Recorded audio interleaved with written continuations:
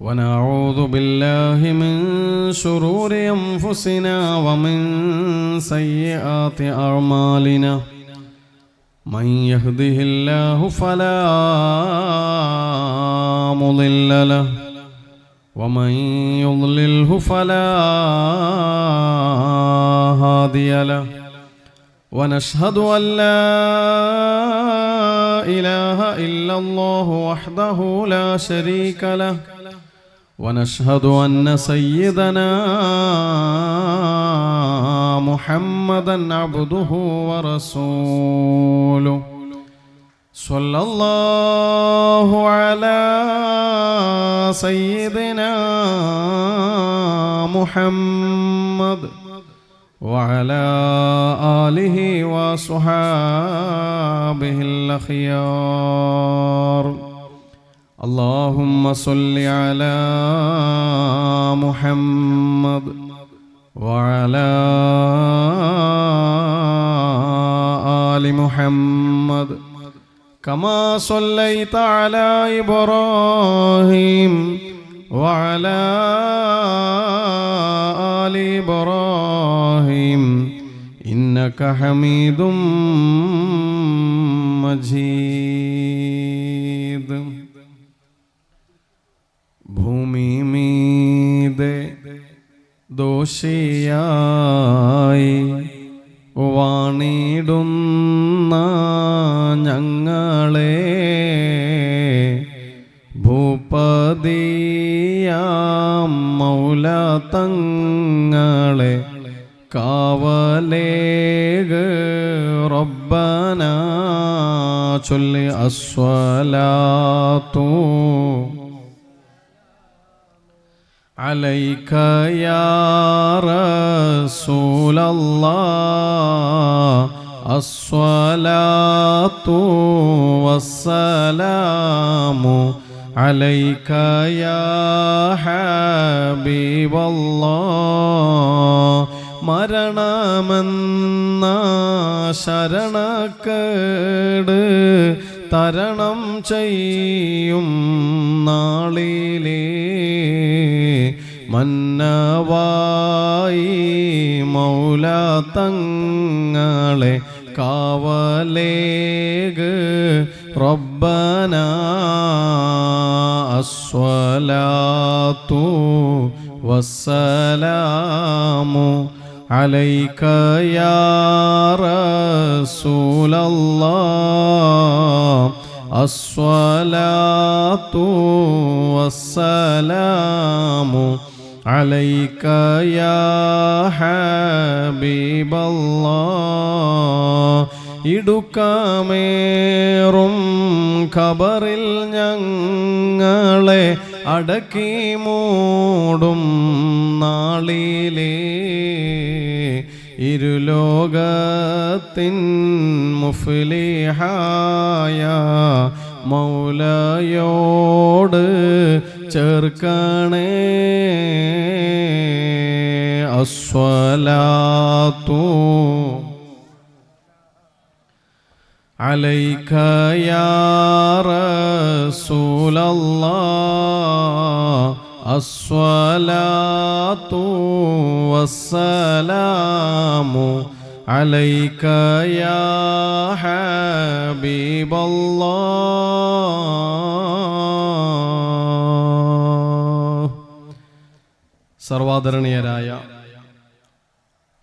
ബക്കളം മഹല്ല് ജമാഅത്ത് ഭാരവാഹികളെ, SKSSFന്റെ ബക്കളം ശാഖയുടെ കർമ്മോത്സുകരായ കർമ്മധീരരും കർമ്മസജ്ജരും കർമ്മകുശലരും കർമ്മനിരതരുമായ പ്രവർത്തകരെ, നല്ലവരായ ദീനിനെ സ്നേഹിക്കുന്ന ദീനിൻ്റെ അഹ്ലുകാരെ സ്നേഹിക്കുന്ന സഹോദര സഹോദരിമാരെ, അല്ലാഹു സുബ്ഹാനഹു തആല നമ്മെ അനുഗ്രഹിക്കട്ടെ.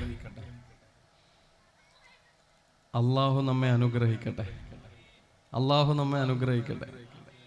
മക്കളെ ആമീൻ പറയൂലേ? അല്ലാഹു നമ്മെ അനുഗ്രഹിക്കട്ടെ. നമ്മുടെ മനസ്സ് നിറയെ അല്ലാഹു സന്തോഷവും സമാധാനവും പ്രദാനം ചെയ്യട്ടെ. ആരോടും പകയില്ലാത്ത, വെറുപ്പില്ലാത്ത, വിദ്വേഷമില്ലാത്ത നല്ലൊരു ഖൽബ് അല്ലാഹു നമുക്ക് നൽകട്ടെ.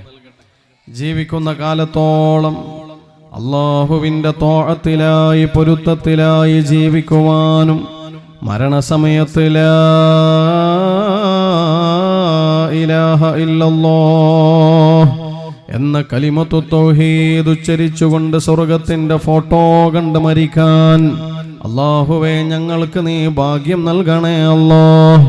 അല്ലാഹുവേ ഇന്നീ സദസ്സിൽ ഉപവിഷ്ടരായ SKSSF ബക്കളം ശാഖയുടെ പ്രവർത്തകർ ദിവസങ്ങളായി മാസങ്ങളായി കഠിനാധ്വാനം ചെയ്തുകൊണ്ട് പടുത്തുയർത്തിയ മനോഹരമായി സദസ്സിൽ സന്നിഹിതരായ സഹോദരന്മാര് സഹോദരിമാർ, ഞങ്ങളുടെ കൂട്ടത്തിൽ പലരും രോഗികളാണ്, പലരും പല വേദനകളും പ്രയാസങ്ങളും അനുഭവിക്കുന്നവരാണ്. ഞങ്ങളെ പ്രയാസങ്ങൾ ഞങ്ങളെക്കാൾ അറിയുന്നവൻ നീയാണ്. ഞങ്ങളുടെ പ്രയാസങ്ങൾ നീ തീർത്തു തരണേ അല്ലാഹ്. റാഹത്ത് നൽകണേ അല്ലാഹ്, ആരോഗ്യം നൽകണേ അല്ലാഹ്, സമാധാനം നൽകണേ അല്ലാഹ്, സന്തോഷം നൽകണേ അല്ലാഹ്. ഈ സദസ്സിലിരിക്കുന്നവരിൽ കഅബ കാണാത്തവരുണ്ട്, റൗള ഷരീഫ് കാണാത്തവരുണ്ട്. ഇന്നലെ മധുരമനോഹരമായ ഗാനാലാപനം നമ്മൾ ആസ്വദിച്ചിട്ടുണ്ട്. ഒരുപക്ഷേ ആ ഗാനാലാപനത്തിൽ ഭൂരിഭാഗവും പാടിയത് ഹബീബ് മുഹമ്മദ് മുസ്തഫ സ്വല്ലല്ലാഹു അലൈഹി വസല്ലം തങ്ങളെ കുറിച്ചായിരിക്കും. ആ പാട്ടുകളുടെ ഓരോ വരികളും ഹൃദയത്തിലേക്ക് തറക്കുമ്പോ മനസ്സിൽ വല്ലാത്തൊരാഗ്രഹമുണ്ട്, പടച്ചോനെ റൗള ഷരീഫ് ഒന്ന് കാണണം. മരിക്കുന്നതിന്റെ മുമ്പ്, റൂഹ് പിരിയുന്നതിന്റെ മുമ്പ് ഒരു തവണയെങ്കിലും ആ പച്ച കുബ്ബയുടെ ചാരച്ചെന്നുകൊണ്ട് നിറഞ്ഞ കണ്ണുകളോടെ നിറഞ്ഞ മനസ്സോടെ അസ്സലാമു അലൈക യാ റസൂലല്ലാഹ് എന്ന് സലാം പറയാൻ വല്ലാത്തൊരു മോഹം ഹൃദയത്തിൽ ഉണ്ടായിട്ടുണ്ടാവും. അല്ലാഹുവേ, ഈ കൂട്ടത്തിൽ റൗള കാണാത്തവരുണ്ട്. പടച്ചവനെ, മരിക്കുന്നതിന്റെ മുമ്പ് ഒരു തവണയെങ്കിലും ആ റൗള ശരീഫ് കാണാനുള്ള ഭാഗ്യം ഞങ്ങൾക്ക് നീ പ്രദാനം ചെയ്യണേ അല്ലാഹ്. ആമീൻ യാ റബ്ബൽ ആലമീൻ. മുഅ്മിനീങ്ങളെ, വിശ്വാസികളെ കുറിച്ച്, ഈമാനിനെ കുറിച്ച് ഒരല്പം പറഞ്ഞ് അവസാനത്തിൽ നിഷ്കളങ്കമായി ഒരു തൗബ ചെയ്ത് നമുക്ക് സദസ്സ് പിരിയാം. അല്ലാഹു സുബ്ഹാനഹു തആല അനുഗ്രഹിക്കട്ടെ. നമ്മുടെ മദ്രസയിൽ പഠിക്കുന്ന കുട്ടികളെല്ലാം ഒന്ന് എഴുന്നേറ്റുന്നേ. അവര് മാത്രം, പെൺകുട്ടികളല്ല ആൺകുട്ടികളെ. പെൺകുട്ടികളിൽ ആൺകുട്ടികളും ഉണ്ടാ? എന്നാ ആൺകുട്ടികൾ മുന്നിലേക്ക് വന്നിരിക്കാവാ. നിങ്ങൾക്ക് വിഷമമുണ്ടാ? ഇല്ല, അന്ന വേഗം വന്നിട്ടിരിക്കുക. പെട്ടെന്ന്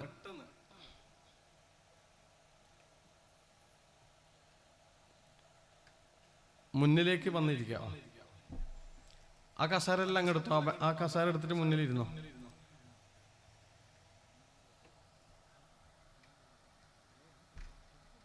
ഒന്ന് സഹായിച്ചു കൊടുക്കുക. കുറച്ച് മുന്നോട്ട്. കുട്ടികളെ മാത്രം, മുതിർന്നവർ അവിടെ തന്നെ ഇരുന്നോട്ടെ.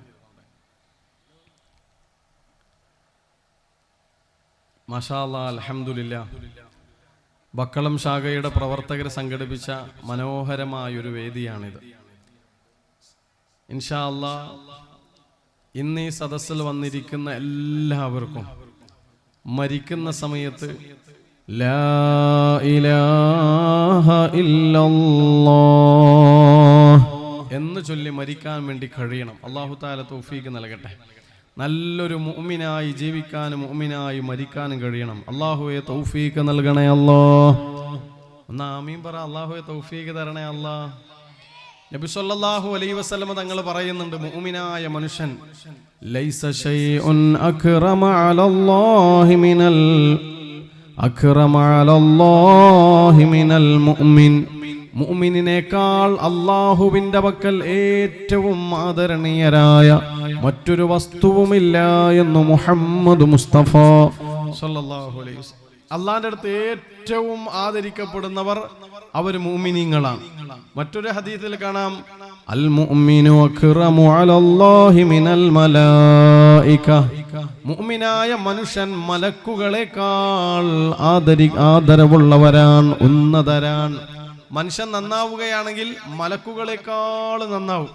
അതിൻ്റെ ഒരു ഉദാഹരണമാണ് മുഹമ്മദ് മുസ്തഫ സല്ലല്ലാഹു അലൈഹി വസല്ലമ തങ്ങൾ. നബി സല്ലല്ലാഹു അലൈഹി വസല്ലമ തങ്ങൾ ആ മിഅ്റാജിന്റെ രാവിലെ, ഇന്ന് മിഅ്റാജിന്റെ പകലിൽ നോമ്പനുഷ്ഠിച്ചവരാണ് നമ്മൾ. ഇന്നലെ മിഅ്റാജിന്റെ രാവിൽ ഹബീബിനെ കുറിച്ച് പറയുകയും കേൾക്കുകയും ചെയ്തവരാണ് നമ്മൾ. ആ മിഅ്റാജിന്റെ രാവിൽ 7 ആകാശവും കടന്ന് ബുറാഖ് എന്ന വാഹനത്തിന്റെ കമ്പടിയോടെ മഹാനായ ജിബ്രീൽ അലൈഹിസ്സലാത്തു വസ്സലാമിന്റെ സാന്നിധ്യത്തിലോ ഇസ്റാ നടത്തി. അവിടുന്ന് അങ്ങോട്ട് 7 ആകാശവും കടന്ന് അല്ലാഹുവിനെ കാണാൻ വേണ്ടിയുള്ള യാത്ര പുറപ്പെടുമ്പോ 7-ാം ആകാശത്തിന്റെ അടുത്ത് നിന്ന് മഹാനായ ജിബ്രീൽ അലൈഹിസ്സലാത്തു വസ്സലാം പറഞ്ഞത്, നബിയെ, ഇനി അങ്ങോട്ട് പോവാനുള്ള അധികാരം എനിക്കില്ല, ഇനി അങ്ങോട്ട് പോവാനുള്ള അവകാശം എനിക്കില്ല, ഇനി നബിയെ അങ്ങോട്ടേക്ക് പോവണം, ഇനി അങ്ങോട്ട് പോവാൻ എനിക്ക് അവകാശമില്ല എന്ന്. ഇനി അങ്ങോട്ട് പോവാനുള്ള അധികാര അവകാശങ്ങളെല്ലാം നബിയെ അങ്ങേക്ക് മാത്രമുള്ളതാണ് എന്ന് മഹാനായ ജിബ്രീൽ അലൈഹിസ്സലാത്തു വസ്സലാം പറയുകയാണ്. ആരാ ജിബ്രീൽ? മലക്കുകളുടെ നേതാവ്. ആ മലക്കുകളുടെ നേതാവായ ജിബ്രീലിന് പോലും എത്തിപ്പിടിക്കാൻ കഴിയാത്ത വഴിത്താറുകളിലൂടെ സഞ്ചരിച്ചു മുഹമ്മദുർ റസൂലുള്ളാഹി സല്ലല്ലാഹു അലൈഹി വസല്ലമ തങ്ങൾ. മനുഷ്യൻ നന്നാവുകയാണെങ്കിൽ മലക്കുകളെക്കാൾ നന്നാവും. അല്ലാഹുവേ, ഞങ്ങളെ ഖൽബ് നന്നാക്കണേ അല്ലാ, ഞങ്ങളുടെ മനസ്സ് നന്നാക്കണേ അല്ലാ. മരിക്കുന്ന സമയത്ത് ഈമാനോടെ മരിക്കാൻ തൗഫീഖ് നൽകണേ അല്ലാ. ജീവിച്ചിരിക്കുന്ന സമയം അല്ലാഹുവേ, നിന്നെ ഓർത്തുകൊണ്ട് കരയുന്ന ഖൽബ് വേണം, നിന്നെ ഓർമ്മയുള്ള ഹൃദയം വേണം. മുഅ്മിനായി ജീവിച്ച് മുഅ്മിനായി മരിപ്പിക്കണേ അല്ലാ. എൻ്റെ നാടിൻ്റെ പരിസരത്ത് കുറെ കൊല്ലങ്ങൾക്ക് മുമ്പ് ഒരു മനുഷ്യൻ മരണപ്പെട്ടു. ആരാണെന്നറിയോ? 17 കൊല്ലമായി സ്ഥിരമായി പള്ളിയിൽ വന്ന് ബാങ്ക് വിളിക്കുന്ന മനുഷ്യനാണ്. അയാൾ പള്ളിയിലെ ജോലിക്കാരനൊന്നുമല്ല, പക്ഷേ ബാങ്കിനോട് എന്തെന്നില്ലാത്തൊരു ഇഷ്ടമാണ്. അങ്ങനെ പതിവ് പോലെ ബാങ്ക് വിളിക്കാൻ വേണ്ടി വന്ന മനുഷ്യൻ വുളൂ ചെയ്തു, പള്ളിയിലേക്ക് കയറി. അങ്ങനെ മനോഹരമായി ബാങ്ക് കൊടുത്തു. ഇഖാമത്ത് കൊടുക്കാൻ ഇനിയും സമയമുണ്ട്. അദ്ദേഹം സുന്നത്ത് നിസ്കരിച്ചു. ശേഷം പരിശുദ്ധമായ ഖുർആൻ പാരായണം ചെയ്തു. ഇഖാമത്തിന്റെ സമയമായപ്പോ ആ ഇമാമിന്റെ തൊട്ടു പിറകെ 1-ാമത്തെ സഫിൽ എഴുന്നേറ്റ് നിന്നുകൊണ്ട് മനോഹരമായ ഇഖാമത്തും കൊടുത്തു. ഇമാം നിസ്കാരത്തിലേക്ക് പ്രവേശിച്ചപ്പോ ആ ഇമാമിന്റെ കൂടെ ജമാഅത്തായി ആ മനുഷ്യനും നിസ്കാരത്തിലേക്ക് പ്രവേശിക്കുകയാണ്. അല്ലാഹു അക്ബർ ഇതങ്ങ് പറയലോടുകൂടി ആ മനുഷ്യൻ 1-ാമത്തെ സഫിൽ അവിടെ നിന്ന് വീഴുകയാണ്, മരണപ്പെടുകയാണ്. പ്രിയപ്പെട്ടവരൊന്ന് ആലോചിച്ച് നോക്കിക്കോ. ആ മനുഷ്യൻ മരിക്കുന്ന സമയത്ത് അവസാനമായി പറഞ്ഞത് എന്താണെന്നറിയോ? അല്ലാഹു അക്ബർ. വുളൂ ചെയ്ത് ബാങ്ക് കൊടുത്ത് ഖുർആൻ ഓതി ഇഖാമത്ത് കൊടുത്ത് നിസ്കാരത്തിലേക്ക് പ്രവേശിച്ചു. ആ നിസ്കാരത്തിലായ നിലയിൽ ആ മനുഷ്യൻ മരണപ്പെടുമ്പോ ആ മനുഷ്യൻ അവസാനമായി പറഞ്ഞത് അല്ലാഹു അക്ബർ. ഏതായി തക്ബീർ എന്നറിയോ? 17 കൊല്ലമായി പള്ളിയിൽ വന്ന് ആ മൈക്കിൽ നല്ല ഉറക്ക ശബ്ദത്തിൽ ജനങ്ങളെല്ലാം കേൾക്കവേ ഉറക്കെ വിളിച്ചു പറഞ്ഞത് ഏതാണ്? അല്ലാഹു അക്ബർ. അതേ വചനമുച്ചരിച്ചുകൊണ്ടാണ് ആ മനുഷ്യൻ ഈ ലോകത്തോട് വിട പറയുന്നത്. എന്ന് വെച്ചാൽ നമ്മുടെ ജീവിതത്തിൽ നമ്മൾ എന്താണോ കൂടുതൽ പറഞ്ഞത് അത് തന്നെ ആയിരിക്കും നമ്മുടെ ജീവിതത്തിൽ അവസാനമായി പറയുന്നതും. ഒരു സ്ഥലത്ത് ഒരു പള്ളിയുടെ പണി നടക്കുമ്പോൾ 2 നില പള്ളിയാണ്. മിനാരത്തിന്റെ പണി നടന്നുകൊണ്ടിരിക്കുന്നു. അതിനിടയിൽ ആ പണിയെടുത്തുകൊണ്ടിരിക്കുന്ന മനുഷ്യൻ പാടുന്നുണ്ടായിരുന്നു ഒരു സിനിമാ പാട്ട്. ആ പാട്ടും പാടിയിട്ടാണ് ആ മനുഷ്യൻ ആ പണിയെടുത്തുകൊണ്ടിരിക്കുന്നത്. അങ്ങനെ അതിനിടയിൽ അദ്ദേഹം തലകറങ്ങി അങ്ങ് വീഴുകയും ആ വീഴ്ചയുടെ ആഘാതത്തിൽ മരണാസന്നനായി കിടക്കുകയും ചെയ്യുമ്പോൾ അയാൾ അപ്പോഴും പാടുന്നത് ആ സിനിമാ പാട്ടാണ്. ഒരു മനുഷ്യന്റെ നാവിന്റെ തുമ്പിൽ അവന്റെ ഹൃദയാന്തരങ്ങളിൽ ഏറ്റവും കൂടുതലുള്ള വചനമേതാണോ അത് തന്നെ ആയിരിക്കും അയാളുടെ അവസാനത്തെ വാക്കും. നമ്മുടെ അവസാനത്തെ വാക്ക് ലാ ഇലാഹ ഇല്ലല്ലാഹു ലാ ഇലാഹ ഇല്ലല്ലാഹ് ലാ ഇലാഹ ഇല്ലല്ലാഹു മുഹമ്മദുർ റസൂലുള്ളാഹ്. ദാഹം മൗതദ് കൂട്ടിടും ഇബ്ലീസ് കൂസിനെ കാട്ടിടും നേരം ലഈനവനാട്ടുവാൻ ബദരീങ്ങളാൽ തുണ റബ്ബനാ. ലാ ഇലാഹ ഇല്ലല്ലാഹു ലാ ഇലാഹ ഇല്ലല്ലാഹ് ലാ ഇലാഹ ഇല്ലല്ലാഹു മുഹമ്മദുർ റസൂലുള്ളാഹ്. അല്ലാഹുവേ, സദസ്സിൽ വെച്ച് നിന്നിലേക്ക് കൈയുയർത്തുകയാണ്. ഈ സാധുക്കളായ സഹോദരന്മാര് സഹോദരിമാർ ഞങ്ങൾക്കെല്ലാവർക്കും ഈ ലോകത്തോട് വിട പറയുന്ന നേരം ദിക്ർ ചൊല്ലി ഈമാനോടെ മരിക്കാൻ ആഗ്രഹമാണ്. അതാണ് നമ്മുടെ ആത്യന്തികമായ ലക്ഷ്യം. തൗഫീഖ് നൽകണേ അല്ലാഹ്. ആമീൻ യാ റബ്ബൽ ആലമീൻ. മഹാനായ ശൈഖുനാ ശംസുൽ ഉലമാ. ആരാ ശംസുൽ ഉലമ എന്നറിയോ? സമസ്ത എന്ന മഹിതമായ ആദർശ പ്രസ്ഥാനത്തിന്റെ കരുത്തരായ അമരക്കാർ. പതിറ്റാണ്ടുകളോളം ഈ സമസ്ത എന്ന പ്രസ്ഥാനത്തെ നട്ടുവളർത്തിയ മഹാനായ ശൈഖുനാ ശംസുൽ ഉലമ ഈ ലോകത്തോട് വിട പറയുമ്പോൾ അവസാനമായി പറഞ്ഞത് തൗഹീദിന്റെ വചനമാണ്. 1996 കോഴിക്കോട് ഫാത്തിമ ഹോസ്പിറ്റലിൽ രോഗിയായി കിടക്കുമ്പോൾ മരണാസന്നനായി ആ വഫാത്തിനോടടുത്ത സമയം സുബ്ഹ് ബാങ്ക് കൊടുക്കുന്നതിന്റെ മുമ്പ് തന്റെ കൂടെയുള്ളവരോട് ശംസുൽ ഉലമ പറയുകയാണ്, യാസീൻ ഓതൂ എന്ന്. അങ്ങനെ കൂടെയുള്ളവർ യാസീൻ ഓതുകയാണ്. മരണത്തെക്കുറിച്ചുള്ള സൂചനയുള്ള ആയത്തെത്തിയപ്പോ ഓതുന്നാളുടെ കൈപിടിക്കുകയാണ്, ആവർത്തിച്ചോതാൻ പറയുകയാണ്. അങ്ങനെ 3 തവണയോളം അത് ആവർത്തിക്കുകയാണ്. ആ യാസീൻ പരിപൂർണമായി ഓതിക്കഴിഞ്ഞപ്പോ തൊട്ടടുത്തുള്ള പള്ളിയിൽ നിന്ന് സുബഹിയുടെ ബാങ്കുലി മുഴങ്ങുകയാണ്. അല്ലാഹു അക്ബർ അല്ലാഹു അക്ബർ. അത് കേൾക്കേണ്ട താമസം ആ ഹോസ്പിറ്റലിൽ കിടക്കുന്ന വഫാത്തിനോടടുത്ത സമയത്ത് മഹാനായ ശംസുൽ ഉലമയും പറയുകയാണ്, അല്ലാഹു അക്ബർ അല്ലാഹു അക്ബർ. ആ ബാങ്കിന്റെ വചനങ്ങൾക്ക് ജവാബ് ചൊല്ലുകയാണ്. ആ ബാങ്കിന്റെ ഓരോ വചനങ്ങൾ കേൾക്കുമ്പോഴും അതിന് ഇജാബത്ത് നൽകുകയാണ്. ഇജാബത്ത് നൽകി നൽകി നൽകി നൽകി ആ ബാങ്കിന്റെ അവസാനത്തെ വചനം ലാ ഇലാഹ ഇല്ലല്ലാഹ്. ഇത് കേൾക്കുന്ന നേരത്ത് ശംസുൽ ഉലമയും പറയുകയാണ്, ലാ ഇലാഹ ഇല്ലല്ലാഹ്. ആ ശംസുൽ ഉലമ അത് പറയലോടെ ഈ ലോകത്തോട് വിട പറയുകയാണ്. ശംസുൽ ഉലമ ആരാണ്? നമുക്ക് സുന്നത്ത് ജമാഅത്ത് പഠിപ്പിച്ചു തന്നവരാണ്. നമുക്ക് സമസ്തയെ പഠിപ്പിച്ചു തന്നവരാണ്. ആ സമസ്ത എന്ന പ്രസ്ഥാനത്തെ നമ്മുടെ ഹൃദയാന്തരങ്ങളിലേക്ക് പകർന്നു തന്നവരാണ്. കോടാനുകോടി മുഅ്മിനീങ്ങളുടെ ഹൃദയാന്തരങ്ങളിലേക്ക് ഈമാനിന്റെ വെള്ളി വെളിച്ചം പകർന്നു നൽകിയ മഹാനായ ശംസുൽ ഉലമ ഈ ലോകത്തോട് വിട പറയുമ്പോൾ ദിക്ർ ചൊല്ലിയിട്ടാണ് വിട പറഞ്ഞതെങ്കിലും ആ ശംസുൽ ഉലമ പിടിച്ച കൊടിയാണ് സമസ്തയുടെ പതാകയെങ്കിലും ആ പതാകയെ നെഞ്ചോട് ചേർക്കാനാണ് നമ്മൾ മുന്നോട്ട് വരേണ്ടത്. ആ പതാക പിടിക്കാനാണ് നമ്മുടെ മക്കളോട് പറയേണ്ടത്. ആ മഹാന്മാരുടെ വഴിയെ സഞ്ചരിക്കാനാണ് മക്കളോട് പറയേണ്ടത്. ലാ ഇലാഹ ഇല്ലല്ലാഹ് ചൊല്ലി മരിച്ച മഹാന്മാർ, അവരുടെ കൂടെ കൂടാൻ വേണ്ടി കഴിയണം. നമ്മൾ ദിവസവും ദ്വാരക്കാറില്ലേ, ഇഹ്ദിനസ് സിറാത്തുൽ മുസ്തഖീം, ഇഹ്ദിനസ് സിറാത്തുൽ മുസ്തഖീം, നേരായ മാർഗത്തിലേക്ക് ഞങ്ങളെ നീ ചേർക്കണേ അല്ലാഹ്. ഒന്ന് ഇഹ്ദിനസ് സിറാത്തുൽ മുസ്തഖീം എന്ന് പറഞ്ഞ, ഇഹ്ദിനസ് സിറാത്തുൽ മുസ്തഖീം.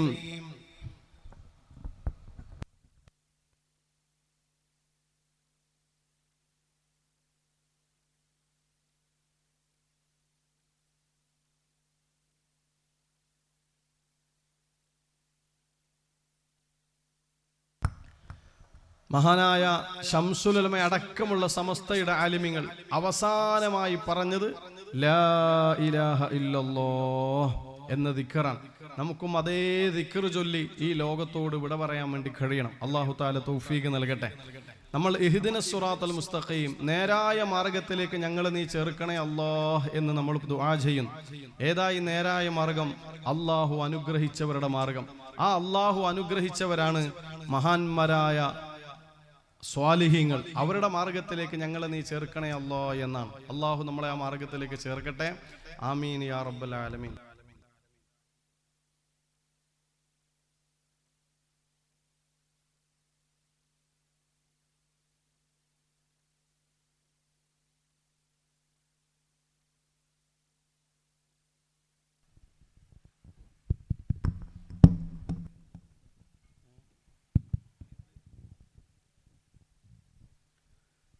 നമ്മളെല്ലാവരും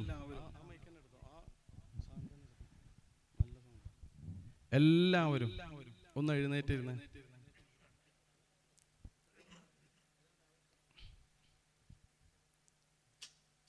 എഴുന്നേറ്റിരുന്നെന്നാ പറഞ്ഞ. അവിടെ ഇരിക്കുന്നവരൊന്ന് കസേര എടുത്തിട്ട് ഇവിടെ ഇരുന്ന്. ബുദ്ധിമുട്ടൊന്നും വിചാരിക്കരുത്. അവിടെ നിങ്ങൾ ബോക്സിന്റെ അടുത്ത് തന്നെ ആയിരിക്കും.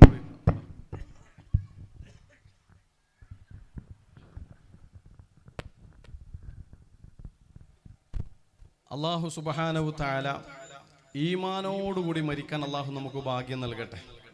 അല്ലാഹു ഭാഗ്യം നൽകട്ടെ. ആമീൻ യാ റബ്ബൽ ആലമീൻ. മുഅ്മിനായി മരിക്കണമെങ്കിൽ ഞാൻ സ്ത്രീകൾക്ക് നിസ്കാരം ആസ്വദിക്കാന്നുള്ള ഒരു ക്ലാസ് എടുത്തിരുന്നു ഒരു 2-3 ദിവസം മുമ്പ്.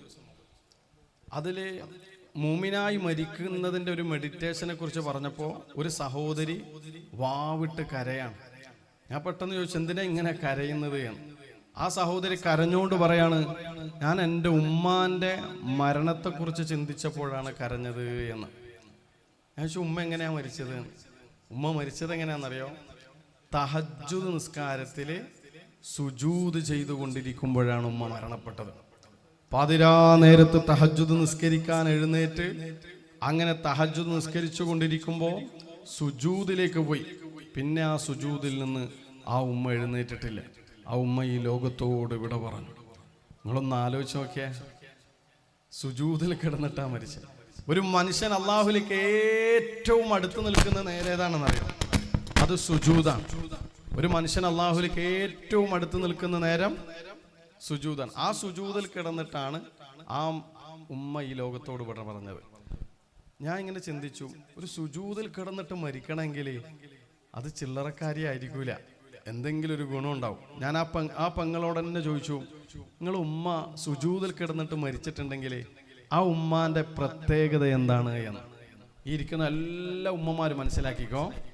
സുജൂദിൽ കിടന്നിട്ട് മരിച്ച, അതും തഹജ്ജുദിന്റെ സുജൂദിൽ കിടന്നിട്ട് മരിച്ച ആ ഉമ്മാന്റെ ഗുണം പറയുന്നത് എന്താണെന്നറിയോ? ആ മോള് പറയാണ്, എൻ്റെ ഉമ്മ ഞങ്ങളുടെ ഓർമ്മയിൽ ഒരാളോട് പോലും ദേഷ്യം പിടിക്കുന്നത് ഞങ്ങൾ കണ്ടിട്ടില്ല. ഞങ്ങളെ ഉമ്മ ഒരാളോട് പോലും ദേഷ്യം പിടിക്കുന്നത് ഞങ്ങൾ കണ്ടിട്ടില്ല. ഞങ്ങളെ ഉമ്മ ആരോടെങ്കിലും പിണങ്ങി നിൽക്കുന്നത് ഞങ്ങൾ കണ്ടിട്ടില്ല. ഞങ്ങളെ ഉമ്മ ആരെക്കുറിച്ചെങ്കിലും കുറ്റം പറയുന്ന, ഫിത്ന പറയുന്ന, ഫസാദ് പറയുന്ന ഒരു രംഗം ഈ 10 പതിറ്റാണ്ടുകൾ നീണ്ട ജീവിതത്തിനിടയിൽ ഞങ്ങളുടെ ഉമ്മയുടെ ഭാഗത്ത് നിന്ന് ഞങ്ങൾ അനുഭവിച്ചിട്ടില്ല എന്ന് ആ സഹോദരി ആ ഉമ്മയെ കുറിച്ച് പറയാൻ. നിങ്ങളൊന്ന് ആലോചിച്ച് നോക്കിയാ, വെറുതെ സുജൂദിൽ കിടന്ന് മരിക്കാൻ കഴിയുമെന്ന് വിചാരിക്കുന്നുണ്ടാ? സുജൂദിലെല്ലാം കിടന്ന് മരിക്കാൻ കഴിഞ്ഞതിന്റെ ആ ഉമ്മാന്റെ അടയാളം പറഞ്ഞത് അങ്ങനെയാണ്. ഒരാളോടും ദേഷ്യം പിടിക്കുന്നത് ഞങ്ങൾ കണ്ടിട്ടില്ല. നമ്മളോ ദേഷ്യം പിടിക്കാത്തൊരു ദിവസം പോലും നമ്മളെ ജീവിതത്തിൽ കഴിഞ്ഞു പോയിട്ടില്ല. നമ്മൾ ഏറ്റവും കൂടുതൽ ദേഷ്യം പിടിക്കുന്നത് ആരോടാന്ന് അറിയാം? നിങ്ങൾക്കറിയോ? ഹലോ ഹലോ ഹലോ ഇതൊരു വയലിന്റെ ഹാങ് ഓവറിലാണ് ഉള്ളത്. അതുകൊണ്ടാണ് ആ രീതിയിൽ നിങ്ങൾ കേൾക്കുന്നത്. ഒരു ക്ലാസ്സായിട്ട് നമുക്കിതിനെ കൊണ്ടുപോവാം. അങ്ങനെ കൊണ്ടുപോയിക്കൂടെ? എന്നാ പറ. ഒരു മനുഷ്യൻ നമ്മൾ ഏറ്റവും കൂടുതൽ അടുത്തിടപഴകുന്ന ആളോടാണ് നമ്മൾ ഏറ്റവും കൂടുതൽ ദേഷ്യം പിടിക്കുന്നത്. Yes or no? Yes or no? Yes. അപ്പൊ നമ്മൾ ഏറ്റവും കൂടുതൽ അടുത്തിടപഴകുന്നത് ആരോടാ? കല്യാണം കഴിഞ്ഞവരെല്ലാം ഒന്ന് കൈവക്കിയ കഴിഞ്ഞിട്ടില്ലേ? നമ്മൾ ഏറ്റവും കൂടുതൽ ദേഷ്യം പിടിക്കുന്ന ആരോടാ? നമ്മൾ ഏറ്റവും അടുത്തിടപഴകുന്ന ആള് അതാരാ? ഭർത്താവിനോടാ. നിങ്ങളാ കണ്ട ഭർത്താവിനോട് പോലും. ഭർത്താവ് എന്താ പറയണ്ട, ഭാര്യനോട് എന്നല്ലേ? ഭർത്താവിനോടാ ഭാര്യനോടാ? ഭാര്യനോട്. ഭാര്യയും ഭർത്താവും അങ്ങോട്ടും ഇങ്ങോട്ടും ഏറ്റവും കൂടുതൽ ദേഷ്യം പിടിക്കുന്നത്. മുമ്പൊരു ഭർത്താവ് മരിക്കാൻ കിടക്കുമ്പോ അയൽവാസികൾ ദിക്റുല്ലി കൊടുത്ത് ലാ ഇലാഹ ഇല്ലല്ലാഹ്. അപ്പൊ ഇയാൾ ഉറക്കെ ചൊല്ലി ലാ ഇലാഹ ഇല്ലല്ലാഹ്. അപ്പൊ അയൽവാസികൾക്ക് സന്തോഷം, ഇയാളിപ്പോ മരിക്കാൻ വേണ്ടി പോകുമ്പോ ദിക്റുല്ലോ. അന്നേരം തന്നെ അടുക്കളയിൽ നിന്ന് ആ ഭാര്യ വിളിച്ചിട്ട് പറയുന്നു, ഇയാളിപ്പോ ഒന്നും മരിക്കൂല. അപ്പം ചോദിച്ചാൽ അതെന്താ? ഇയാളെ സ്വഭാവം ഏറ്റവും നന്നായിട്ട് എനിക്കറിയാം. അപ്പൊ ദിക്റെല്ലാം ചൊല്ലിയിട്ട് മരിക്കേണ്ട ആളൊന്നും അല്ല ഭർത്താവ് എന്ന് ആർക്കറിയാം? ഭാര്യക്കറിയാം. നമ്മളെ ഭാര്യക്കറിയാം നമ്മളെ സ്വഭാവം ഏറ്റവും നന്നായിട്ട്. ഈ ക്ലാസ് എടുക്കുന്ന എന്റെ സ്വഭാവം ഏറ്റവും നന്നായിട്ട് അറിയുന്ന ആളാരാ? എന്റെ ഭാര്യ തന്നെയാ. ഈ ഇരിക്കുന്ന നിങ്ങളുടെ സ്വഭാവം ഏറ്റവും നന്നായിട്ട് അറിയുന്നത് നിങ്ങളുടെ ഭാര്യ തന്നെയാണ്. നമ്മളോട് ഏറ്റവും അടുത്തിടപഴകുന്ന ആളുകൾ, അവരോടാണ് നമ്മൾ ഏറ്റവും കൂടുതൽ ദേഷ്യം കാണിക്കുന്നത്, ഏറ്റവും കൂടുതൽ ദേഷ്യം പിടിക്കുന്നത്. എന്നാലേ മരിക്കുന്ന സമയത്ത് ഈമാനോടെ മരിക്കണമെങ്കിൽ അത് ഏറ്റവും അടുത്തിടപഴകുന്ന ആളോടാണെങ്കിൽ പോലും ഏറ്റവും സൗമ്യതയിൽ പെരുമാറാൻ വേണ്ടി കഴിയണം. സമസ്തയുടെ വലിയ നേതാവായിരുന്നു മഹാനായ ശൈഖുന KT. Manu Musliyar. KT. Manu Musliyar. KT. Manu Musliyar സമസ്തയുടെ കോഴിക്കോട് നടന്ന സമ്മേളനത്തിൽ ലക്ഷോപലക്ഷം ആളുകളെ കണ്ണുകൊണ്ട് കണ്ട് ലാ ഇലാഹ ഇല്ലല്ലാഹ് എന്ന് ചൊല്ലിയിട്ട് മരണപ്പെട്ട മനുഷ്യനാണ്. ആ മനുഷ്യൻ മരണപ്പെട്ടപ്പോ മഹാനായ കെ.ടി. മാനു മുസ്ലിയാരുടെ മകൾ ഒരു ലേഖനം എഴുതിയിരുന്നു. ആ ലേഖനത്തിൽ പറയുന്നത് എന്താണെന്നറിയോ? എൻ്റെ ഉപ്പ അഥവാ കെ.ടി. മാനു മുസ്ലിയാർ മരിക്കുന്നതുവരെ എൻ്റെ ഉമ്മയോട് അഥവാ അവരുടെ ഭാര്യയോട് ഒരു തവണ പോലും ദേഷ്യം പിടിക്കുന്നത് ഞങ്ങളാരും കണ്ടിട്ടില്ല. ഉപ്പ ഉമ്മയോട് ദേഷ്യം പിടിക്കുന്നത് മക്കളായ ഞങ്ങളാരും കണ്ടിട്ടില്ല. ദിക്ർ ചൊല്ലി മരണപ്പെട്ട കെ.ടി. മാനു മുസ്ലിയാരെ കുറിച്ചാണ് ആ മകൾ ഇത് പറയണത്. ഇതേ കെ.ടി. മാനു മുസ്ലിയാര് സമസ്തയുടെയും അതുപോലെ തന്നെ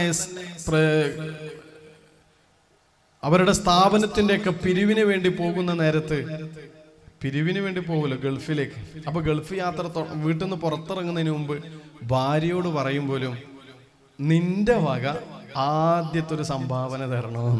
ഭർത്താവ് ഭാര്യനോട് പറയാ നിന്റെ വക ആദ്യത്തെ ഒരു സദക്ക തരണം. അപ്പൊ ഈ ഭാര്യ ചോദിക്കും പോലും അത് എന്തിനാ ഞാൻ തരേണ്ട ആവശ്യം? അന്നേരം പറയുന്ന മറുപടി എന്താ പറയാ? നിന്റെ കയ്യിൽ നിന്ന് കിട്ടുന്നത് ഒരു ബറക്കത്താണ്.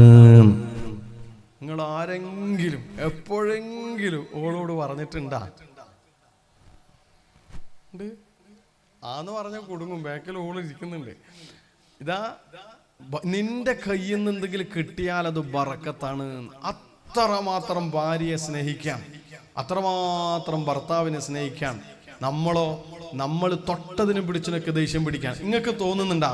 ഭാര്യയോട്, ഭർത്താവിനോട്, ഉമ്മയോട്, ഉപ്പയോട്, അയൽവാസിയോട്, കുടുംബക്കാരനോട് ഏറ്റവും കൂടുതൽ ദേഷ്യത്തിൽ പെരുമാറിയിട്ട് ജീവിച്ചു കഴിഞ്ഞാൽ മരിക്കുന്ന സമയത്ത് ഈമാനോടെ മരിക്കാൻ കഴിയുന്നു തോന്നുന്നുണ്ടാ? ഇന്നത്തെ വിഷയം മുഴുവനും മരിക്കുന്ന സമയത്ത് ഈമാൻ കിട്ടണം, അതിനുള്ള കാര്യങ്ങളാണ്. അതിന് തടസ്സമാകുന്നതെന്തോ അത് ഒഴിവാക്കാൻ ഇവിടെ പറയും. അതിന് ഗുണപ്രദമായ കാര്യം എന്തോ അത് കൊണ്ടുവരാൻ ഇവിടെ നിന്ന് ക്ലാസ്സിൽ പറയും. അതുകൊണ്ട് പറയുന്നു, നമുക്ക് മരിക്കുന്ന സമയത്ത് ദിക്ർ ചൊല്ലാൻ കഴിയണോ? ദേഷ്യമില്ലേ, അനാവശ്യമായ ദേഷ്യം, കോപം, ആളുകളുടെ മനസ്സിനെ വെറുപ്പിക്കുന്ന പെരുമാറ്റം, അതൊഴിവാക്കിയേ മതിയാവും. ചില ഭാര്യയും ഭർത്താക്കന്മാരൊക്കെ ദേഷ്യം പിടിച്ചു കഴിഞ്ഞാൽ എന്താ ചെയ്യുന്നതെന്ന് അവർക്ക് തന്നെ തിരിയൂല. മുമ്പൊരു ഭാര്യയും ഭർത്താവ് എന്ന് പറഞ്ഞാൽ തൊട്ടതിനും പിടിച്ചതിനൊക്കെ ദേഷ്യം പിടിക്കും. പക്ഷെ ഭാര്യ അതാ ആ മറന്റെ അപ്പുറത്തിരിക്കുന്ന പെണ്ണുങ്ങന്മാരെ പോലെയാണ്, ഒന്നും തിരിച്ചു പറയില്ല.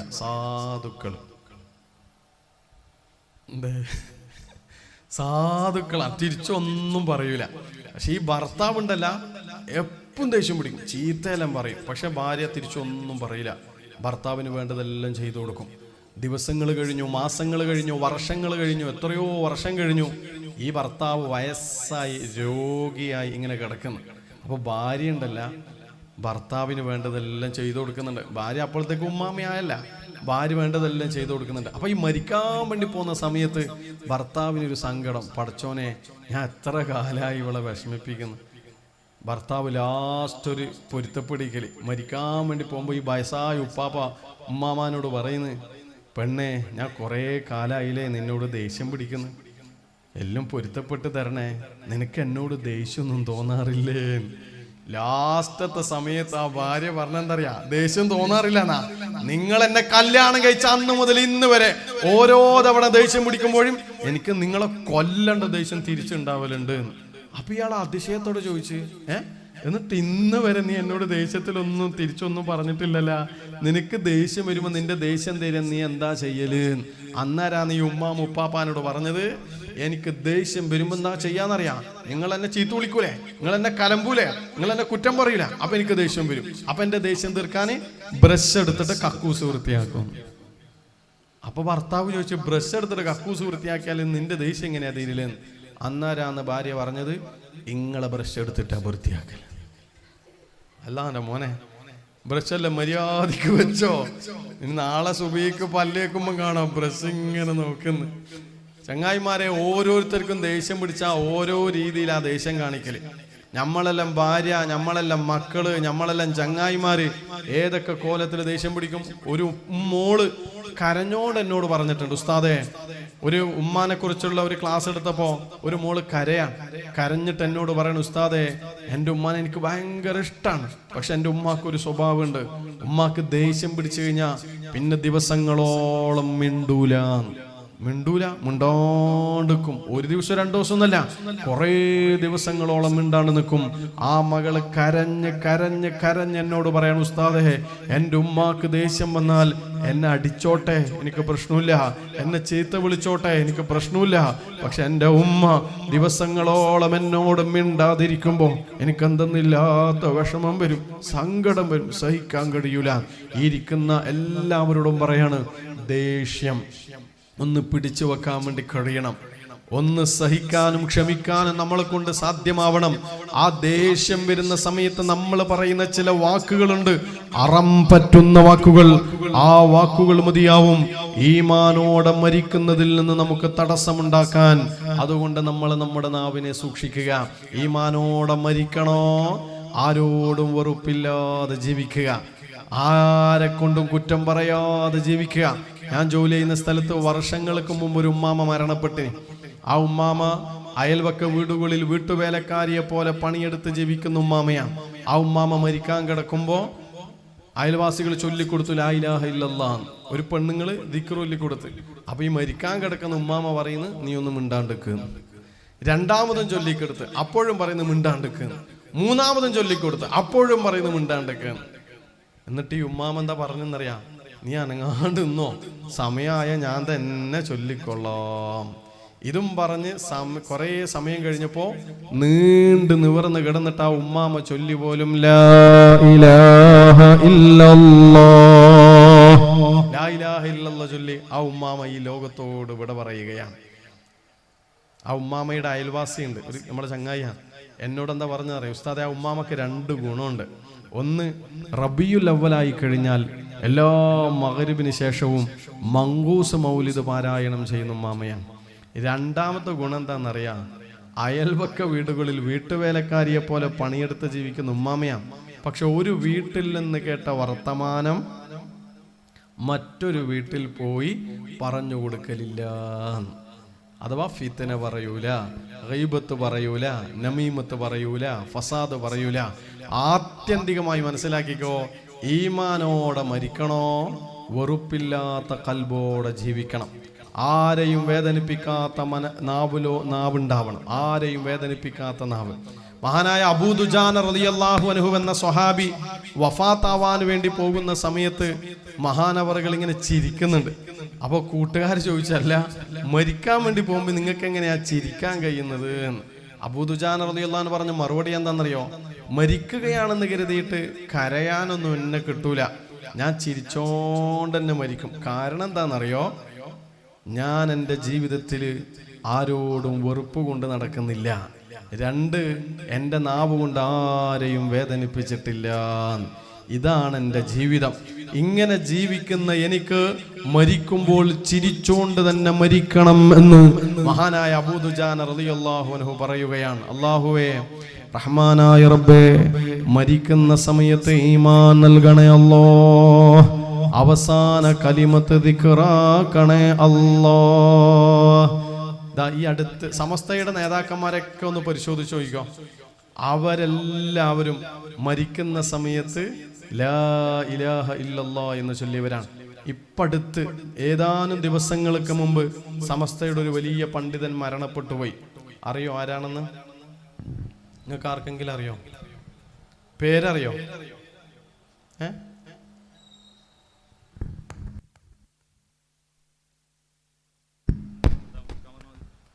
ഇന്നലെ കവർ കൊടുത്തയച്ചിട്ടുണ്ടാവും. അത് കളക്ട് ചെയ്യുന്നുണ്ട്. നമ്മളെ വളണ്ടിയേഴ്സ് സ്ത്രീകളെ അടുത്തേക്ക് വരുന്നുണ്ട്. അവരുടെ കയ്യിൽ കൊടുക്കാം ഇൻഷാ അല്ലാഹ്. മിനിഞ്ഞാന്ന് 3-4 ദിവസം മുമ്പ് മരണപ്പെട്ടു പോയ സമസ്തയുടെ ഒരു വലിയൊരു പണ്ഡിതൻ, വൈസ് പ്രസിഡന്റ്. ആർക്കെങ്കിലും അറിയോ? പേരറിയോ? എവിടെ ജില്ല എന്നറിയോ? കാസർഗോഡ് ജില്ലയിലെ സമസ്തയുടെ വൈസ് പ്രസിഡന്റായ ബഹുമാനപ്പെട്ട UM അബ്ദുറഹ്മാൻ മുസ്ലിയാർ മഹാനവറുകൾ വഫാത്താവുമ്പോൾ അവസാനം പറഞ്ഞ വാക്കെന്താണെന്നറിയോ? ലാ ഇലാഹ ഇല്ലല്ലാഹ് ചൊല്ല്, ലാ ഇലാഹ ഇല്ലല്ലാഹ്, ലാ ഇലാഹ ഇല്ലല്ലാഹ്, ലാ ഇലാഹ ഇല്ലല്ലാഹ്, ലാ ഇലാഹ ഇല്ലല്ലാഹ്. പലതവണ ലാ ഇലാഹ ഇല്ലല്ലാഹ് എന്ന് ചൊല്ലിയിട്ടാണ് മഹാനായ ഉസ്താദ് അവറുകൾ ഈ ലോകത്തോട് ഇവിടെ പറഞ്ഞത്. സമസ്തയുടെ പണ്ഡിതന്മാരുടെ വലിയ പ്രത്യേകത അതാണ്. അവരെല്ലാവരും മരിക്കുന്ന സമയത്ത് ലാ ഇലാഹ ഇല്ലല്ലാഹ് ചൊല്ലിയവരാണ്. ഇപ്പൊ കുറച്ച് കഴിഞ്ഞാൽ ഇവിടെ ദുആക്ക് ഒരാൾ വരാനുണ്ട്. ആരാ? ഹലോ, കുറച്ച് കഴിഞ്ഞാൽ ഇവിടെ ദുആക്ക് നേതൃത്വം കൊടുക്കാൻ ഒരു ഉസ്താദ് വരും. ആരാ? മാണിയൂർ ബഷീർ ഫൈസി ഉസ്താദ്. ആരെ മോനാ? മാണിയൂർ ഉസ്താദിന്റെ മോൻ. ആ മാണിയൂർ ഉസ്താദ് നമുക്ക് എല്ലാവർക്കും പരിചയമില്ലേ? നമുക്ക് ഏറ്റവും പരിചയമുള്ളൊരു പണ്ഡിതനാണ് മാണിയൂർ ഉസ്താദ്.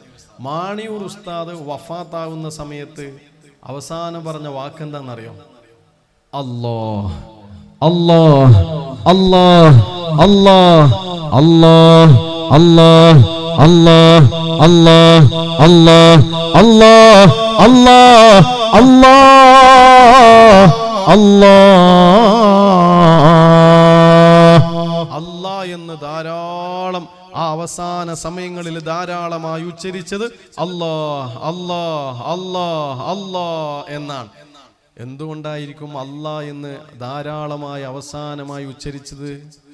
ആലോചിച്ചിട്ടുണ്ടാവും. ഞാൻ മനസ്സിലാക്കുന്നത് ഇങ്ങനെയാണ്. മഹാനായ മാണിയൂർ ഉസ്താദ് ജീവിതത്തിൽ ധാരാളമായി ചൊല്ലിയത് അള്ളാഹുവിൻ്റെ പേരുകളാണ്, അസ്മാ ഉൽ ഹുസ്ന. ഒരു തവണ നമ്മൾ ഒരുമിച്ചുണ്ടായ സമയത്ത് എന്നോട് മാണിയൂർ ഉസ്താദ് പറഞ്ഞിട്ടുണ്ട്, മോനെ എനിക്ക് വീട്ടിൽ പോയാൽ പെട്ടെന്ന് ഉറങ്ങാനൊന്നും കഴിയൂല. മാണിയൂർ ഉസ്താദ് പറയാൻ, പെട്ടെന്ന് ഉറങ്ങാനൊന്നും കഴിയില്ല, എനിക്ക് നാളെ വീട്ടിൽ വരുന്നവർക്ക് വെള്ളം മന്ത്രിക്കാനുണ്ട്. ഉസ്താദിന്റെ വെള്ളം അറിയാലോ എല്ലാവർക്കും, വെള്ളം മന്ത്രിക്കാനുണ്ട്. ആ വെള്ളം മന്ത്രിച്ചൂതൽ ഞാൻ അസ്മാഉൽ ഹുസ്ന ചൊല്ലിയിട്ടാണ് 100-ലധികം തവണ അസ്മാഉൽ ഹുസ്ന ചൊല്ലും. നമ്മൾ ചൊല്ലുന്ന പോലെ വേഗത്തിലൊന്നല്ല, സാവധാനത്തിൽ 100 തവണ അസ്മാഉൽ ഹുസ്ന ചൊല്ലിയിട്ട് മന്ത്രിച്ചൂതും. പിന്നെ വേറെയും ദിക്റുകളും ഓതാനുള്ള കാര്യങ്ങളൊക്കെ ഓതിയിട്ടാണ് അത് മന്ത്രിച്ചൂതല്. ഏതായിരുന്നാലും 100-ലധികം തവണ ദിവസവും ചൊല്ലാറുണ്ട് അത്രേ അസ്മാഉൽ ഹുസ്ന. ഏതാ ഈ അസ്മാഉൽ ഹുസ്ന? യാ അല്ലാഹ്, യാ റബ്ബു, യാ റഹ്മാനു, യാ റഹീമു, യാ മലിക്കു, യാ ഖുദ്ദൂസ്, യാ സലാമു, യാ മുഅ്മിനു, യാ മുഹൈമിനു, യാ അസീസു, യാ ജബ്ബാറു, യാ മുതകബ്ബിറു, യാ ഖാലിഖു, യാ ബാരിഉ, യാ മുസവ്വിറു, യാ ഗഫാറു, യാ ഖഹാറു, യാ വഹാബു, യാ റസാഖു, യാ ഫത്താഹു, യാ ഹലീമു, യാ ഖാബിദു, യാ ബാസിതു, യാ ഖാഫിദു, യാ റാഫിഉ, യാ മുഇസ്സു, യാ മുദില്ലു, യാ സമീഉ, യാ ബശീറു, യാ ഹകമു, യാ അദ്ലു, യാ ലതീഫു, യാ ഖബീറു, യാ അലീമു, യാ അലീം, كريم يا غفور يا شكور يا علي يا كبير يا حفيظ يا مقيت يا حسيب يا جليل يا كريم يا رقيب يا مجيب يا واسع يا حكيم يا ودود يا مجيد يا باعث يا شهيد يا حق يا وكيل يا قوي يا متين يا ولي يا حميد يا محصي يا مبدئ يا معيد يا محيي يا مميت يا حي يا قيوم يا واجد يا ماجد يا واحد يا أحد يا صمد يا قادر يا مقتدر يا مقدم يا مؤخر يا أول يا آخر يا ظاهر يا باطن يا والي يا متعالي يا بر يا تواب يا منعم يا منتقم يا عفو يا رؤوف يا مالك الملك يا ذا الجلال والإكرام يا مقسط يا جامع يا غني يا مغني يا معطي يا مانع يا ضار يا نافع يا نور يا هادي يا بديع يا باقي يا وارث يا رشيد يا صبور يا الله. അള്ളാഹുവിൻ്റെ 99 നാമങ്ങൾ ചൊല്ലിയിട്ട് മന്ത്രിക്കുമായിരുന്നു.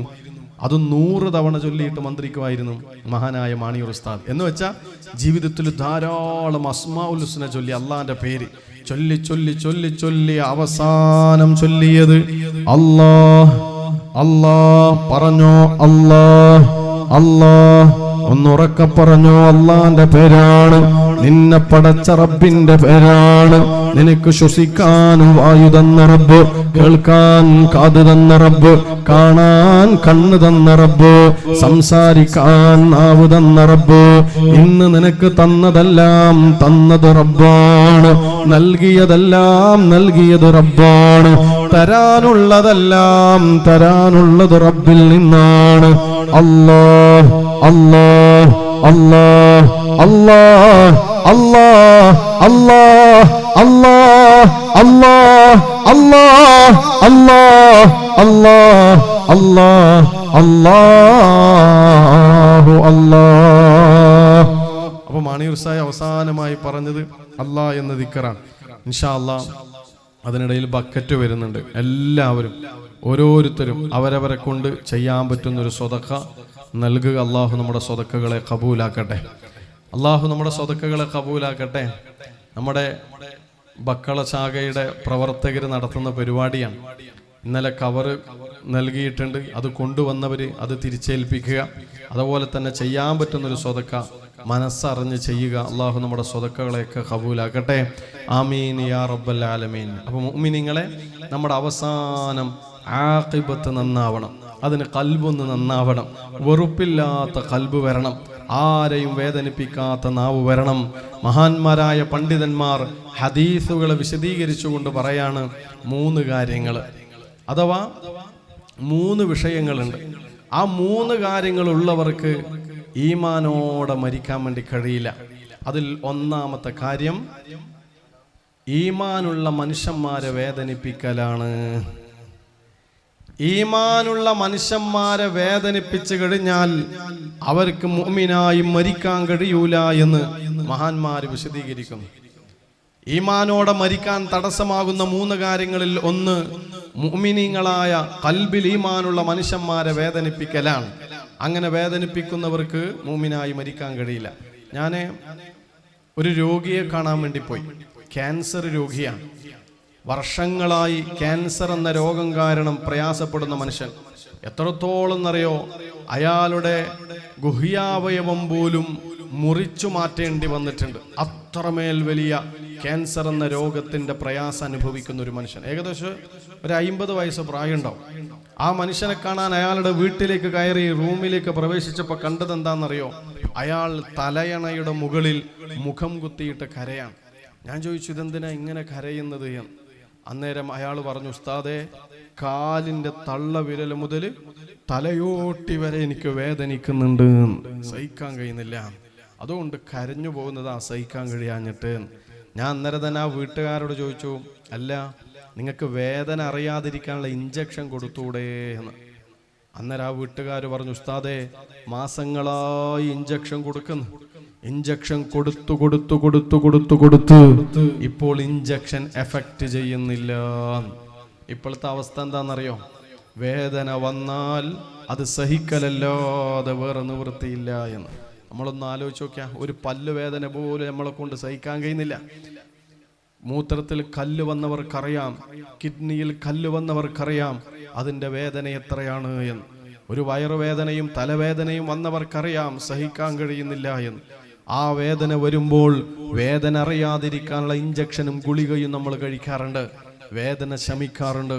ഇവിടെ കാലിന്റെ തള്ളവിരൽ മുതൽ തലയോട്ടി വരെ ക്യാൻസർ എന്ന മഹാരോഗത്തിന്റെ വേദന അനുഭവിച്ചു പൊളയുന്ന മനുഷ്യൻ ആ വേദന അറിയാതിരിക്കാനുള്ള ഇഞ്ചക്ഷൻ കൊടുത്തു കഴിഞ്ഞാലും ഇഞ്ചക്ഷൻ എഫക്റ്റ് ചെയ്യുന്നില്ല. ശരീരത്തിലെ ഞരമ്പുകൾക്ക് ക്ഷീണം സംഭവിച്ചിട്ടുണ്ട്. അതുകൊണ്ട് തന്നെ ആ വേദന വന്നാൽ അത് സഹിക്കലല്ലാതെ വേറെ നിവൃത്തിയില്ല. ആ മനുഷ്യൻ അങ്ങ് സഹിക്കാൻ. ഞാൻ ദ്വാരുന്നു, പടച്ചോനെ അയാൾക്ക് വേണ്ടി കുറേ ദ്വാരക്കോയി മന്ത്രിക്കൊക്കെ ചെയ്തു. അവിടുന്ന് എഴുന്നേറ്റ് വരുമ്പോൾ അയാൾ പറഞ്ഞു, ഉസ്താദ് എപ്പം ദ്വാരക്കണേ എന്ന് പറഞ്ഞു. ഞാൻ പറഞ്ഞു, നിങ്ങൾ ബേജാറാവണ്ട, എല്ലാം പെട്ടെന്ന് ശരിയാവും എന്നെല്ലാം പറഞ്ഞു. പക്ഷെ അയാൾ പറഞ്ഞു, ഞാൻ ദ്വാരക്കാൻ വേണ്ടി പറഞ്ഞത് ആർക്ക് വേണ്ടിയാണെന്നറിയോ? ഞാൻ ദ്വാ ചെയ്യുന്നത് എനിക്ക് വേണ്ടി. എന്തിനു വേണ്ടിയാ ദ്വാ ചെയ്യേണ്ടതെന്നറിയോ? ഞാൻ മരിക്കുന്നത് വരെ എന്നെ കൊണ്ടൊരാൾക്കൊരു വിഷമം ഉണ്ടാവരുത്, എന്നെ കൊണ്ടൊരാൾക്കും ഒരു വിഷമം ഉണ്ടാവരുത്, അതിനു വേണ്ടി നിങ്ങൾ ദുആ ചെയ്യണേ എന്നാണ്. നിങ്ങളൊന്ന് ആലോചിച്ച് നോക്കിയേ. ആ മനുഷ്യൻ എന്നിട്ട് പറഞ്ഞൊരു കാര്യം എന്താ അറിയോ? അയാൾ പറയാണ്, ഞാൻ രാത്രി വേദന വന്നാൽ ഉറക്കം കിട്ടാതെ അറിയാണ്ട് കരഞ്ഞുപോകും. കരയുമ്പോൾ തൊട്ടടുത്ത് കിടക്കുന്ന ഭാര്യ എഴുന്നേറ്റ് വന്നിട്ട് എനിക്ക് വേണ്ടതെല്ലാം ചെയ്തു തരും. ഉസ്താദേ, കുറേ ദിവസങ്ങളായി, മാസങ്ങളായി ഞാൻ കാരണം എൻ്റെ ഭാര്യക്കൊന്ന് ഉറങ്ങാൻ പോലും കഴിയുന്നില്ല. അപ്പോൾ എൻ്റെ ഭാര്യക്ക് ഞാനൊരു ഭാരാവോ, ഞാനൊരു പ്രയാസാവോ? അതേപോലെ ഞാൻ രാത്രി ഉറക്കം കിട്ടാതെ വേദന കൊണ്ട് കരയുമ്പോൾ തൊട്ടപ്പുറത്ത് റൂമിൽ കിടക്കുന്ന മക്കൾ ഓടി വരും. എന്നിട്ട് ആ മക്കൾ ഉറക്കൊഴിഞ്ഞിട്ട് എനിക്ക് വേണ്ടതെല്ലാം ചെയ്തു തരും, എന്നെ സമാധാനിപ്പിക്കും. ആ മക്കളോ എൻ്റെ ഭാര്യയോ എന്നോട് ഇന്ന് വരെ ഒരു ദേഷ്യപ്പെട്ടിട്ടൊരു വാക്ക് പറഞ്ഞിട്ടില്ല. എൻ്റെ മനസ്സിനെ മടുപ്പിക്കുന്ന ഒരു അക്ഷരം പോലും അവർ പറഞ്ഞിട്ടില്ല. ഒരു പ്രവർത്തനം അവരുടെ ഭാഗത്തു നിന്നുണ്ടായിട്ടില്ല. ഇങ്ങനെ സ്നേഹിക്കുന്ന ഈ ഭാര്യക്കും ഈ മക്കൾക്കും ഞാനൊരു ഭാരാവോ?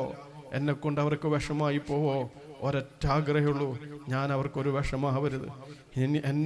എന്നെ അവർക്കൊരു വിഷമാവുന്ന ഭാരാവുന്ന ഒരവസ്ഥ വരുന്നതിൻ്റെ മുമ്പ് എനിക്ക് മരിക്കണം, അന്നു ദ്വാരക്കണേ എന്ന്. ആ മനുഷ്യൻ അവസാന സമയത്ത് പറഞ്ഞത് അതന്നെയാണ്. ഈ ദ്വാരക്കണേ എന്ന് പറഞ്ഞതിൻ്റെ 3-ാമത്തെ ദിവസം അയാൾ ഈ ലോകത്തോട് വിട പറഞ്ഞു. പക്ഷെ എന്നാലും ആ അവസാന സമയത്തും അയാൾ ആഗ്രഹിച്ചത് എന്നെ കൊണ്ടൊരാൾക്കൊരു വിഷമം ഉണ്ടാവരുത് എന്ന്. പ്രത്യേകിച്ച് മുഅ്മിനീങ്ങളായ മനുഷ്യന്മാരെ മനസ്സിനെ വേദനിപ്പിച്ചു കഴിഞ്ഞാൽ ഈ ദുനിയാവിൽ നിന്ന് തന്നെ അദാബ് അനുഭവിക്കേണ്ടി വരും, ഈമാനില്ലാതെ മരിക്കേണ്ടി വരും. അപ്പം അങ്ങനെയാണെങ്കിൽ മഹാന്മാരായ ഉസ്താദുമാർ, പണ്ഡിതന്മാർ, സയ്യിദന്മാർ, ഇപ്പോൾ വാട്സപ്പിലൊക്കെ അല്ലെങ്കിൽ ഏതെങ്കിലും മൂന്നാലാൾ കൂടിയിരിക്കുമ്പോഴൊക്കെ പണ്ഡിതന്മാരെ സയ്യിദന്മാരെ കുറ്റം പറയാറുണ്ട്. പ്രിയപ്പെട്ടവർ ആലോചിച്ചോ? അങ്ങനെ പറയല്ല. ഈമാനുള്ള മനുഷ്യന്മാരുടെ മനസ്സിനെ വേദനിപ്പിച്ചു കഴിഞ്ഞാൽ ഈ ദുനിയാവിൽ നിന്ന് ഈമാനില്ലാതെ മരിക്കേണ്ടി വരും. 2 ഉദാഹരണം ഞാൻ പറഞ്ഞുതരാം. മഹാനായ മുഹമ്മദ് മുസ്തഫ സല്ലല്ലാഹു അലൈഹി വസല്ലം തങ്ങൾ, നബി സല്ലല്ലാഹു അലൈഹി വസല്ലം തങ്ങൾ സ്വഹാബത്തിന്റെ കൂടെ ഭക്ഷണം കഴിക്കാൻ, അതിനിടയിൽ ഒരാൾ ഇടത്തെ കൈ കൊണ്ട് തിന്നുന്നുണ്ട്. ഇടത്തെ കൈ കൊണ്ട് തിന്നുന്നത് കണ്ടപ്പോൾ നബി തങ്ങൾ പറഞ്ഞു, കുൽ ബി യമീനിക്, നിന്റെ വലത്തെ കൈ കൊണ്ട് തിന്നു എന്ന്. അപ്പോൾ അറിവ് പഠിപ്പിച്ചു കൊടുക്കുന്ന ഉസ്താദായ പുന്നാര നബി തങ്ങളോട് ഇയാൾ എതിര് പറയുന്നു, എന്നെക്കൊണ്ട് കഴിയൂല എന്ന് പറഞ്ഞപ്പോൾ നബി സല്ലല്ലാഹു അലൈഹി വസല്ലം തങ്ങൾ പറഞ്ഞു, എന്നാൽ കഴിയാതിരിക്കട്ടെ എന്ന്. അറിവ് പഠിപ്പിച്ചു കൊടുക്കുന്ന ഉസ്താദിന്റെ മനസ്സ് വേദനിച്ച നേരത്ത് നബി തങ്ങൾ പറയാണ്, എന്നാൽ കഴിയാതിരിക്കട്ടെ എന്ന്. പിന്നെ സംഭവിച്ചത് എന്താണെന്നറിയോ? അയാളുടെ വലത്തെ കൈ പിന്നെ വായയിലേക്ക് ഉയർത്താൻ കഴിഞ്ഞിട്ടില്ല. ആ കൈ അങ്ങ് തളർന്നുപോയി. എന്തുകൊണ്ടാണെന്നറിയോ? അറിവ് പഠിപ്പിച്ചു കൊടുക്കുന്ന ഉസ്താദിന്റെ മനസ്സ് വേദനിച്ചു എന്നതാണ് കാരണം. 2-ാമത്തെ സംഭവം എന്താണെന്നറിയോ? നബി സല്ലല്ലാഹു അലൈഹി വസല്ലം നിങ്ങൾ സ്വഹാബത്തിനോട് പറഞ്ഞു, നിങ്ങൾ രാവിലെ ഉറക്കിൽ നിന്നുണർന്നു കഴിഞ്ഞാൽ 2 മുൻകൈയും കഴുകണേ എന്ന്. രാവിലെ ഉറക്കിൽ നിന്ന് ഉണർന്ന മുൻകൈ കഴുകൽ സുന്നത്താണ്. അപ്പൊ സ്വഹാബത്ത് ചോദിച്ചു, അതെന്തിനാണ് നബിയെ? രാവിലെ ഉറക്കിൽ നിന്ന് ഉണർന്നു കഴിഞ്ഞാൽ മുൻകൈ കഴുകേണ്ട ആവശ്യം എന്താണ്? അപ്പൊ നബി സല്ലല്ലാഹു അലൈഹി വസല്ലം നിങ്ങൾ പറഞ്ഞ മറുപടി എന്താ അറിയാ? നിങ്ങൾ ഉറങ്ങിക്കൊണ്ടിരിക്കുമ്പോൾ നിങ്ങളെ കൈ എവിടെയാണ് പോയതെന്നറിയില്ലല്ലോ. നമ്മൾ ഉറങ്ങുമ്പോൾ നമ്മളെ കൈ എവിടെയാ പോവാ? പറയണ്ട, എടല്ലോ പോവും. അതുകൊണ്ടാണ് റസൂലുള്ള പറഞ്ഞ ഉണരുമ്പോൾ 2 മുൻകൈയും കഴുകണേ എന്ന്. ഇത് പറഞ്ഞുകൊണ്ടിരിക്കുമ്പോൾ ആ കൂട്ടത്തിൽ ഒരാളുണ്ട്. അയാൾ റസൂലുള്ളാഹിനോട് എന്താ എതിര് പറഞ്ഞെന്നറിയാം. നബിയെ, രാവിലെ ഉറക്കിൽ നിന്ന് എഴുന്നേറ്റ് കഴിഞ്ഞാൽ മുൻകൈ കഴുകാനൊന്നും എന്നെ കിട്ടൂല. ഞാൻ നല്ല ഡീസന്റ് ആയിട്ട് ഉറങ്ങല്. ഞാൻ ഉറങ്ങുമ്പോൾ എൻ്റെ കൈ എവിടെയാണ് പോകുന്നതെന്നൊക്കെ എനിക്കറിയാം. അതുകൊണ്ട് ഞാൻ മോശമായ രീതിയിലൊന്നും ഉറങ്ങൂല. ഞാൻ നല്ല രീതിയിലാണ് ഉറങ്ങല്. അതുകൊണ്ട് രാവിലെ എണീച്ചാല് മുൻകൈയൊന്നും ഞാൻ കഴുകൂല. അറിവ് പഠിപ്പിച്ചു കൊടുത്ത ഉസ്താദിനോട് എതിര് പറഞ്ഞു. പിന്നെ സംഭവിച്ചത് എന്താണെന്നറിയോ? എല്ലാവരും രാവിലെ പിറ്റേന്ന് ഉറക്കിൽ നിന്ന് ഉണരുമ്പോൾ ഈ മനുഷ്യന് മാത്രം എഴുന്നേൽക്കാൻ കഴിയുന്നില്ല.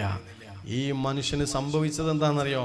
ഉറക്കത്തിനിടയിൽ ഇയാൾ പോലും അറിയാതെ ഇയാളുടെ വലത്തെ കൈ മലദ്വാരത്തിലേക്ക് പ്രവേശിച്ചിരിക്കുന്നു.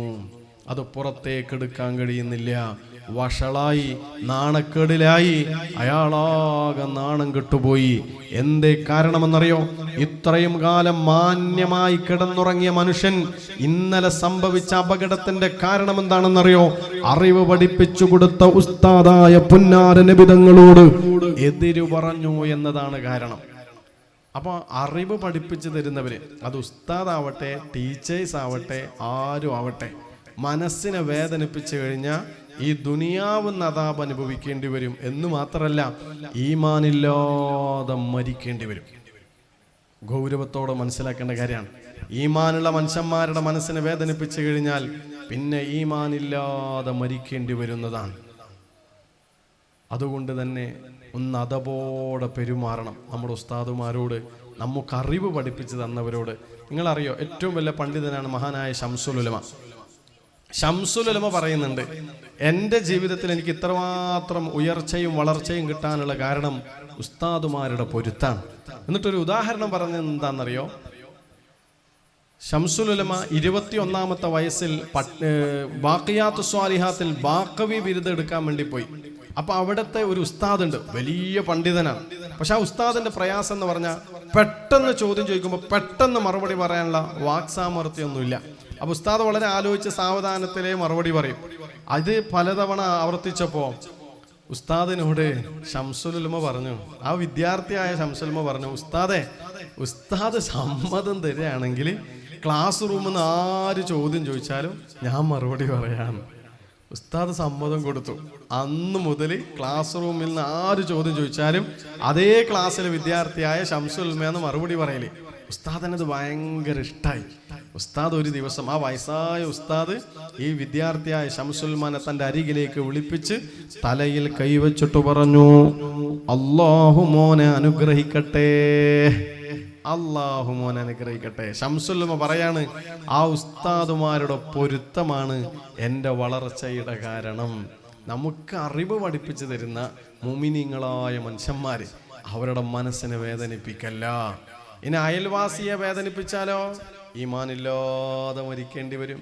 കുടുംബക്കാരുമായി പിണങ്ങിയെന്നാലോ ഈമാനില്ലാതെ മരിക്കേണ്ടി വരും. ഇന്ന അഅ്മാല ബനി ആദം തുറദു കുല്ല ഖമീസ് ലൈലത്തൽ ജുമുഅ ഫലാ യുഖ്ബലു അമലു ഖാതിഇർ റഹിം. നബി സല്ലല്ലാഹു അലൈഹി വസല്ലം തങ്ങൾ പറയാൻ, മനുഷ്യന്മാരുടെ എല്ലാ അമലുകളും വെള്ളിയാഴ്ച രാവിൽ അള്ളാഹുവിലേക്ക് ഉയർത്തപ്പെടും. ഏത് രാവിൽ? വെള്ളിയാഴ്ച രാവിലെ. ഒരാഴ്ച കാലം ചെയ്ത എല്ലാ നന്മകളും വെള്ളിയാഴ്ച രാവിലെ അള്ളാഹുവിലേക്ക് ഉയർത്തപ്പെടും. പക്ഷേ ഒരു വിഭാഗത്തിന്റെ അമല് മാത്രം അള്ളാഹു സ്വീകരിക്കില്ല. അത് ആരുടേതാണെന്നറിയോ? കുടുംബക്കാരുമായി പിണങ്ങി നിൽക്കുന്നവർ. കുടുംബക്കാരുമായി പിണങ്ങി നിൽക്കുന്നവരുടെ ഒരു അമലും അള്ളാഹു സ്വീകരിക്കൂല. നിങ്ങൾ ആരും കയ്യൊന്നും പൊക്കണ്ട, ഉച്ചത്തിൽ പറയും വേണ്ട. പക്ഷേ ഈ സദസ്സിൽ നിന്ന് ചിന്തിച്ചു നോക്കിയേ, നമ്മൾ ഈ കൂട്ടത്തിൽ എത്ര ആള് കുടുംബക്കാരായിട്ട് പിണങ്ങിയേക്കുന്നുണ്ട്? ഒരു സ്ഥലത്തുനിന്ന് സ്ത്രീകളെ ക്ലാസ് എടുക്കും ഇതുപോലെ പറഞ്ഞപ്പോൾ ഒരു പെണ്ണുങ്ങളുണ്ട്, ഇത് കേട്ട ഉടനെ എണീച്ചു പോയി ക്ലാസ്സിൽ നിന്ന്. പിറ്റേ ദിവസം അടുത്ത കമ്മിറ്റിയിൽപ്പെട്ട ഒരാൾ എന്നെ ഫോൺ വിളിച്ചിട്ട് പറഞ്ഞു, ഉസ്താദെ നിങ്ങൾ ക്ലാസ് എടുക്കുമ്പോൾ ഒരു പെണ്ണുങ്ങൾ എണീച്ചു പോയിനി. പക്ഷെ ആ പെണ്ണുങ്ങൾ പോയത് എവിടേക്കാണെന്നറിയോ? പിണങ്ങി നിൽക്കുന്ന കാർണോറ വീട്ടിലേന്ന്. ആ കാർണോറായിട്ട് ആ പെണ്ണുങ്ങൾ എത്ര കാലമായി പിണങ്ങി നിൽക്കുന്നതെന്നറിയോ? 17 കൊല്ലമായി. 17 കൊല്ലമായി പിണങ്ങി നിൽക്കുന്ന കാരണവരുടെ വീട്ടിൽ ചെന്നിട്ട് എല്ലാം പൊരുത്തപ്പെടിക്കുകയാണ്. കാരണം ആ പെണ്ണുങ്ങൾക്ക് പേടിയായി, 17 കൊല്ല കാലയളവിനുള്ളിൽ ഞാൻ ചെയ്തൊരു അമലും അള്ളാഹു സ്വീകരിക്കില്ലല്ലോ. നിങ്ങൾ ചിന്തിക്കുന്നുണ്ടാ, ആലോചിക്കുന്നുണ്ടാ? പിണങ്ങി നിൽക്കല്ല. അയൽവാസികളോടോ പിണങ്ങി നിൽക്കല്ല. നമ്മളെ സഫ്വാൻ തങ്ങൾ അറിയില്ലേ നിങ്ങൾക്ക്? അറിയൂലേ? തങ്ങള് പറഞ്ഞൊരു സംഭവമുണ്ട്. തങ്ങളടുത്തൊരു ഭാര്യയും ഭർത്താവും വന്നിട്ട് പറഞ്ഞ് വീട്ടിലെപ്പോൾ രോഗാന്ന്, വിഷമാന്ന്, പ്രയാസാന്ന്, തങ്ങളൊന്ന് വീടെല്ലാം വന്ന് നോക്കണമെന്ന് പറഞ്ഞ്. അങ്ങനെ തങ്ങൾ അവരുടെ കൂടെ വീട്ടിലേക്ക് പോയപ്പോൾ തങ്ങളിങ്ങനെ പരിസരം നോക്കിയപ്പോൾ അയൽവാസിയുടെ വീട്ടിലേക്ക് ഇവരെ സ്ഥലത്തിന്റെ സൈഡിലൂടെ പോവേണ്ടത്. നല്ല സ്ഥലവും ഉണ്ട്, പക്ഷെ അയൽവാസിയുടെ വീട്ടിലേക്ക് വഴി ഇവർ മുടക്കിയിട്ടുള്ളത്. തങ്ങള് പറഞ്ഞ് ഞാൻ പുരക്ക് കയറേണ്ട ആവശ്യമൊന്നുമില്ല, നിങ്ങളെ പ്രശ്നം എനിക്ക് മനസ്സിലായിട്ടുണ്ട്. നിങ്ങൾ വീട്ടിൽ എല്ലാ വിഷമവും തീരണമെങ്കിൽ, രോഗം മാറണമെങ്കിൽ, ബുദ്ധിമുട്ട് നീങ്ങണമെങ്കിൽ ആദ്യം അയൽവാസിയുടെ വീട്ടിലേക്ക് ഒരു ബൈക്ക് പോകാനുള്ള വഴി കൊടുത്താൽ മതി, ഒരു സ്കൂട്ടർ പോകാനുള്ള വഴി കൊടുത്താൽ മതി, നിങ്ങളെല്ലാ പ്രശ്നവും തീരുമെന്ന് പറഞ്ഞ് തങ്ങൾ അവിടെ നിന്ന് വന്നു. 5-6 മാസം കഴിഞ്ഞിട്ട് വീണ്ടും ആ ഭാര്യയും ഭർത്താവും വന്നിട്ട് വിഷമം പറഞ്ഞ് വീട് വന്ന് നോക്കണമെന്ന് പറഞ്ഞു. വീട് വന്ന് നോക്കുമ്പോൾ തങ്ങൾ ആദ്യം ഇത് നോക്കി, സ്ഥലം നോക്കിയപ്പോൾ അങ്ങനത്തെ സ്ഥലം അവർ കൊടുത്തിട്ടേ ഇല്ല, അങ്ങനെ തന്നെ ഉണ്ട്. തങ്ങൾ പറഞ്ഞു പോലും, നിങ്ങൾ അയൽവാസിയുടെ വീട്ടിലേക്ക് ഒരു കാറ് പോകാനുള്ള വഴി കൊടുക്ക്, എന്നാലേ നിങ്ങളെ പ്രശ്നം തീരൂ, അല്ലാത്ത കാലത്തോളം നിങ്ങളെ പ്രശ്നം തീരൂല എന്നും പറഞ്ഞ്. അന്നേരം ആ പെണ്ണുങ്ങൾ പറഞ്ഞു പോലും, തങ്ങളല്ലേ അന്ന് പറഞ്ഞേ സ്കൂട്ടർ പോകാനുള്ള വഴി കൊടുത്താൽ മതി, അത് കൊടുത്താൽ പോരെ. തങ്ങൾ മറുപടി പറഞ്ഞോലോ, അതിൻ്റെ ഡേറ്റ് എല്ലാം കഴിഞ്ഞ് ഇനി വിഷമം തീരണമെങ്കിൽ കാർ തന്നെ പോകണമെന്ന്. നിങ്ങളെന്താ വിചാരിച്ചേ? നമ്മളിപ്പോൾ അനുഭവിക്കുന്ന പല പ്രശ്നങ്ങളുടെയും കാരണം, പല രോഗങ്ങളുടെയും കാരണം, പല ബുദ്ധിമുട്ടുകളും തീരാത്തതിൻ്റെ കാരണം ഒന്നിരിക്കെ അയൽവാസിയെ വിഷമിപ്പിച്ചതാവാം, അല്ലെങ്കിൽ കുടുംബക്കാരോടുമായി പിണങ്ങി നിന്നതാവാം. മുഅ്മിനീങ്ങളായ മനുഷ്യന്മാരുടെ മനസ്സിനെ വേദനിപ്പിച്ചാൽ ദുനിയാവ് തന്നെ ഇടങ്ങേറാവും. അതിലേറ്റവും വലിയ ഇടങ്ങേറാണ് മരിക്കുന്ന സമയത്ത് ഈമാൻ ഉണ്ടാവൂല. ഈ ഈമാനോടെ മരിക്കാന്നൊക്കെ പറഞ്ഞാൽ കുറേ നിസ്കരിച്ച ഈമാനോടെ മരിക്കാൻ കഴിയുമെന്ന് ആരും വിചാരിക്കണ്ട. റമദാൻ മാസം 30 നോമ്പെടുത്താലും ഹജ്ജ് ചെയ്താലും ഉംറ ചെയ്താലും ഈമാനോടെ മരിക്കുമെന്ന് വിചാരിക്കണ്ട. ഈമാനോടെ മരിക്കണമെങ്കിൽ ആദ്യം കൽബ് ക്ലിയർ ആവണം. ഈ വെറുപ്പ് എന്ന് പറയുന്ന സാധനം കൽബിന്ന് നീങ്ങണം. അയൽവാസിയോടുള്ള വെറുപ്പ്, ഭർത്താവിനോടുള്ള വെറുപ്പ്, ഭാര്യയോടുള്ള വെറുപ്പ്, കുടുംബക്കാരോടുള്ള വെറുപ്പ് നീങ്ങിയാലല്ലാതെ ലാ ഇലാഹ ഇല്ലല്ലാഹ് ചൊല്ലി മരിക്കാൻ കഴിയൂല. എല്ലാവരോടും എന്ത് വേണം? അതിന് ഒന്ന് പൊരുത്തപ്പെടിക്കണം. ഇപ്പൊ ഓൾറെഡി നമ്മൾ കുറെ ആളോട് വെറുത്ത് നിൽക്കുന്നുണ്ടാവും, അതൊന്ന് പൊരുത്തപ്പെടിക്കാൻ വേണ്ടി കഴിയണം.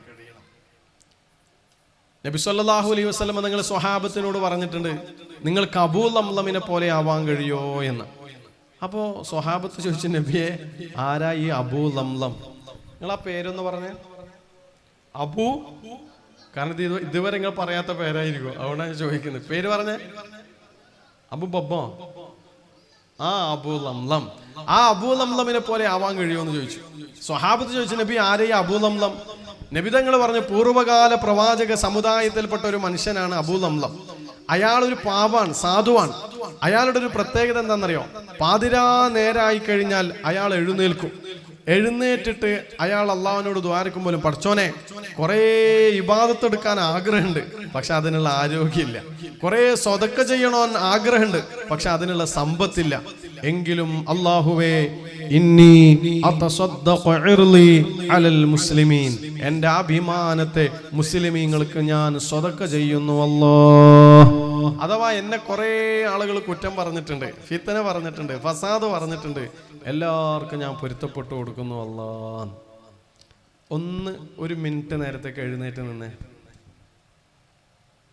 ഒരു ചോദ്യം ചോദിക്കാനാ. എഴുന്നേറ്റ് നിന്നോ? സ്ത്രീകളെ നിങ്ങൾക്ക് ബാധകല്ലേ ഇത്? ഓക്കെ, എഴുന്നേറ്റുക. നമുക്ക് ഒരു ഹജ്ജ് ചെയ്യണമെങ്കിൽ ലക്ഷങ്ങളെ ചെലവുണ്ട്. നമുക്കൊരു ഉംറ ചെയ്യാൻ ലക്ഷങ്ങളെ ചെലവുണ്ട്. നമുക്കൊരു നിസ്കരിക്കണമെങ്കിലും പള്ളിയിലേക്ക് നടന്നു പോകണം, അല്ലെങ്കിൽ ഒരു 5 മിനിറ്റത്തെ ചെലവുണ്ട്. എന്തിനും ഒരു ചെലവും വിഷമവും പ്രയാസമല്ല നമുക്ക് അനുഭവിക്കണം. പക്ഷെ ഒരു വിഷമവും പ്രയാസവും അനുഭവിക്കാണ്ട് പെട്ടെന്ന് സ്വർഗത്തിൽ പോകാനുള്ള ഒരു വഴി എന്താണെന്നറിയാം? നമ്മളെ വേദനിപ്പിച്ച ആളുകൾ, കുറ്റം പറഞ്ഞ ആളുകൾ, ഗീബത്തും നമീമത്തും ഫിത്തിനിയും ഫസാദും പറഞ്ഞ ആളുകൾ, ഇതെല്ലാം പറയുമ്പോൾ കുറേ ആളെ മുഖേന നമ്മളെ മനസ്സിലേക്ക് വരും. അങ്ങനത്തെ കുറേ ആളുകൾ എല്ലാവർക്കും നിരുപാധികം മാപ്പ് കൊടുക്കുക. പടച്ചോനെ, അബൂ ലംലമിന്റെ പണിയായി പറയണത്. പടച്ചോനെ, എന്നെ കുറേ ആളുകൾ കുറ്റം പറഞ്ഞിട്ടുണ്ട്, ഗീബത്ത് പറഞ്ഞിട്ടുണ്ട്, ഫിത്തന പറഞ്ഞിട്ടുണ്ട്, എല്ലാവർക്കും ഞാൻ പുറത്തു കൊടുക്കുന്നു അല്ലാഹ്. നിങ്ങളെല്ലാവരും ഒന്ന് മനസ്സുകൊണ്ട് ചിന്തിക്കുക. ഞാനിപ്പോൾ ഇത് പറയുമ്പോൾ ചില ആൾക്ക് തോന്നുന്നുണ്ടാവും, ഉസ്താദെ എല്ലാവർക്കും ഞാൻ പൊരുത്തപ്പെട്ട് കൊടുക്കാൻ തയ്യാറാണ്, പക്ഷെ ആ മമ്മദ്ക്കില്ലേ അയാൾക്ക് ഞാൻ പൊരുത്തപ്പെട്ട് കൊടുക്കുമല്ലോ ഉസ്താദെ, അങ്ങനെ ചിന്തിക്കുന്നുണ്ടാവും. ഒരു മിനിറ്റ് നിൽക്കണേ, ബുദ്ധിമുട്ടും തോന്നല്ലേ. പിന്നെ ഉംറക്ക് പോയ സമയത്ത് മക്കത്തുനിന്ന് ദ്വാരക്കാൻ വേണ്ടി പോകുമ്പോൾ ഞാൻ എൻ്റെ കൂടെയുള്ള 50 ആളും പറഞ്ഞ്, 50 ഭാര്യയും ഭർത്താവും ആണെങ്കിലും പെടുങ്ങും എല്ലാവരും ഉണ്ട്. അവരോട് ഞാൻ പറഞ്ഞു, ദ്വാരക്കാൻ വേണ്ടി പോവേന്ന്, നിങ്ങൾ ഉംറക്ക് വരുന്നത് കൊണ്ട് തന്നെ എല്ലാവരും പരസ്പരം നാട്ടിൽ നല്ല പൊരുത്തപ്പെടിച്ചിട്ടുണ്ടാവൂലേ, ദ്വാ സ്വീകരിക്കണമെങ്കിൽ വെറുപ്പൊന്നും കൽബിൽ ഉണ്ടാകാൻ പറ്റൂല എന്ന് പറഞ്ഞ്.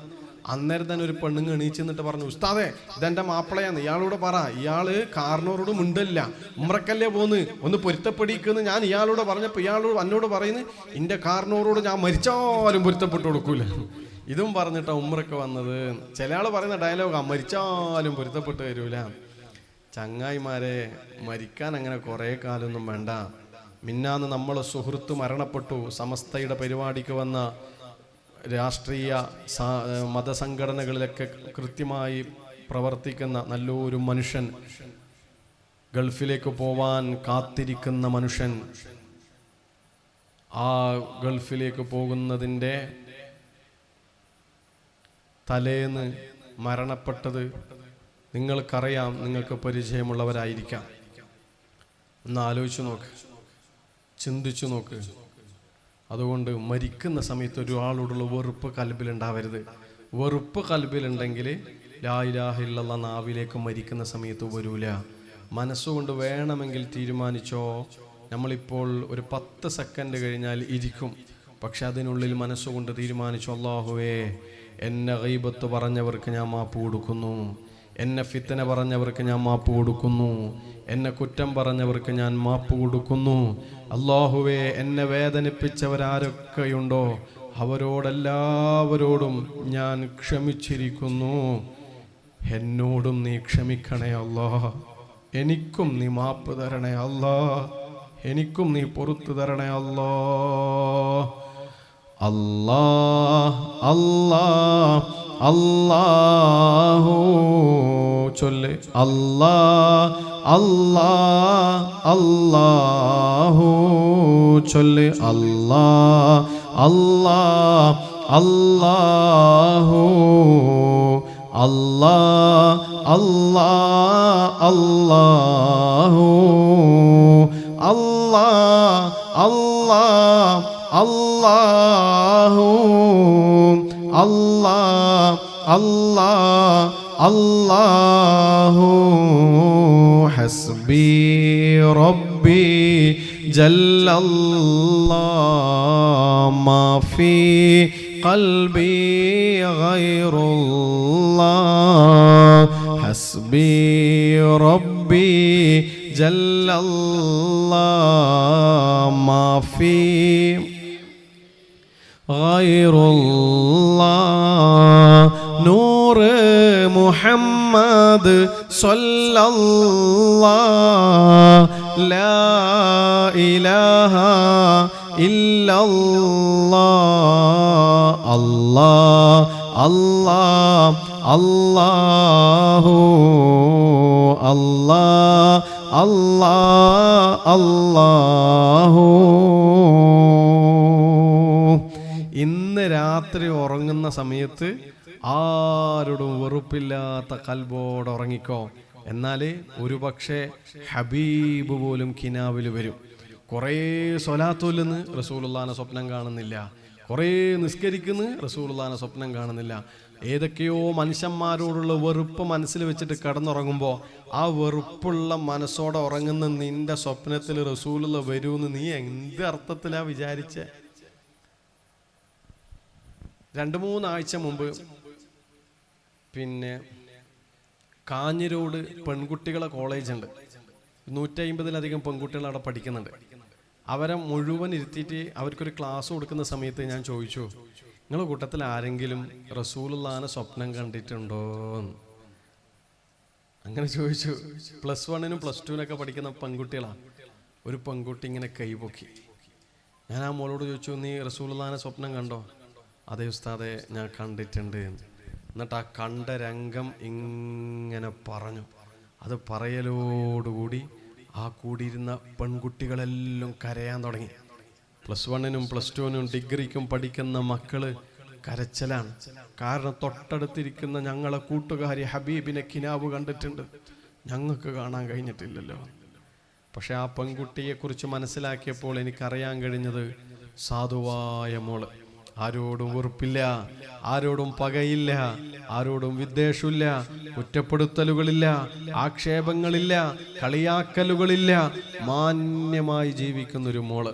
നിങ്ങളെന്താ വിചാരിച്ചേ കുറേ സ്വലാത്തൊലിയ റസൂലുള്ളാഹിനെ കിനാവാങ്ങണമെന്ന്? അല്ല, അതിനേക്കാളപ്പുറം കൽബൊന്ന് നന്നാവാനുണ്ട്. ആ കൽബ് വെറുപ്പില്ലാത്ത കൽബോടെ ജീവിച്ച മരിക്കുന്ന സമയത്ത് നമുക്ക് പറയാം, ലാ ഇലാഹ ഇല്ലല്ലാഹ്. മരിക്കുന്നതിൻ്റെ മുമ്പ് ഒരു തവണയെങ്കിലും കാണാം അഴകിൻ്റെ മാരിവില്ലേ മുഹമ്മദ് മുസ്തഫ സല്ലല്ലാഹു അലൈഹി വസല്ലം തങ്ങൾ. അപ്പൊ ഇന്ന് ഉറങ്ങുന്നതിന് മുമ്പ് ആ വെറുപ്പെല്ലാം അങ്ങ് നീങ്ങണം. ആരോടും വെറുപ്പില്ലാത്തൊരു സമയത്ത് ഈ ലോകത്തോട് വിട പറയാനും കഴിയണം. അള്ളാഹു തൗഫീഖ് തരട്ടെ. അപ്പൊ ഈമാനോടെ മരിക്കാൻ 3 കാര്യങ്ങളാണ് തടസ്സം. ഒന്ന്, ഈമാനുള്ള മനുഷ്യന്മാരുടെ കൽബിനെ വേദനിപ്പിക്കലാണ്. രണ്ടാമത്തത് എന്താണെന്നറിയോ? അള്ളാഹു നൽകിയ അനുഗ്രഹങ്ങൾക്ക് നന്ദി രേഖപ്പെടുത്താതിരിക്കലാണ്. പടച്ചോൻ കുറേ അനുഗ്രഹങ്ങൾ തന്നിട്ടുണ്ട്. ആ തന്ന അനുഗ്രഹത്തിന് നന്ദി ഇല്ലെങ്കിൽ ഈമാനില്ലാതെ മരിക്കേണ്ടി വരും. അപ്പൊ എന്ത് വേണം? അള്ളാഹു തന്ന അനുഗ്രഹങ്ങൾക്കെല്ലാം നന്ദി വേണം. എന്താ പടച്ചോൻ തന്നത്? വൈൻ തഉദ്ദൂ നിഅമത്തല്ലാഹി ലാ തുഹ്സൂഹാ. എണ്ണിത്തിട്ടപ്പെടുത്താൻ കഴിയാത്ത കുറേ അനുഗ്രഹങ്ങൾ പടച്ചോൻ തന്നു. Yes or no? തന്നില്ലേ? നല്ലൊരു ഭാര്യ അള്ളാഹു തന്നില്ലേ?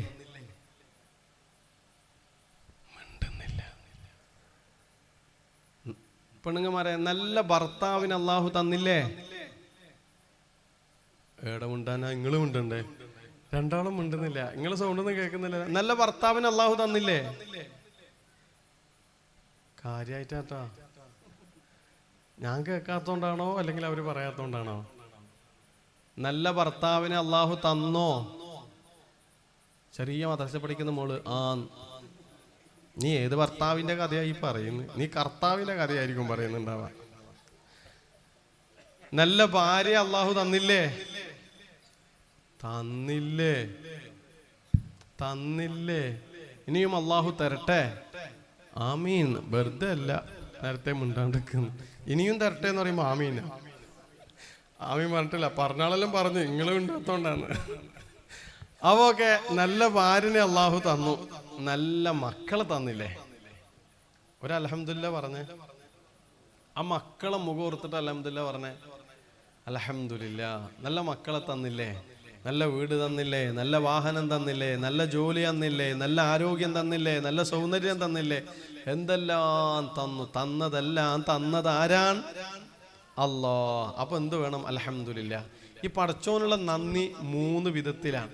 ഒന്ന്, അവയവങ്ങളെ കൊണ്ടുള്ള നന്ദി. അതാണ് നിസ്കാരം, ശുക്റിന്റെ സുജൂദ് എന്നൊക്കെ പറയുന്ന സാധനം. ശുക്റിന്റെ സുജൂദ് ആരെങ്കിലും ചെയ്തിനെ? എപ്പെങ്കിലും ജീവിതത്തിൽ ഒരു തവണയെങ്കിലും ശുക്റിന്റെ സുജൂദ് ചെയ്തവരൊന്ന് എണീച്ചെന്നാട്ടെ. ശുക്റിന്റെ സുജൂദ്, നിസ്കാരത്തിലെ സുജൂദല്ല. കൈപൊക്കിയാ മതി.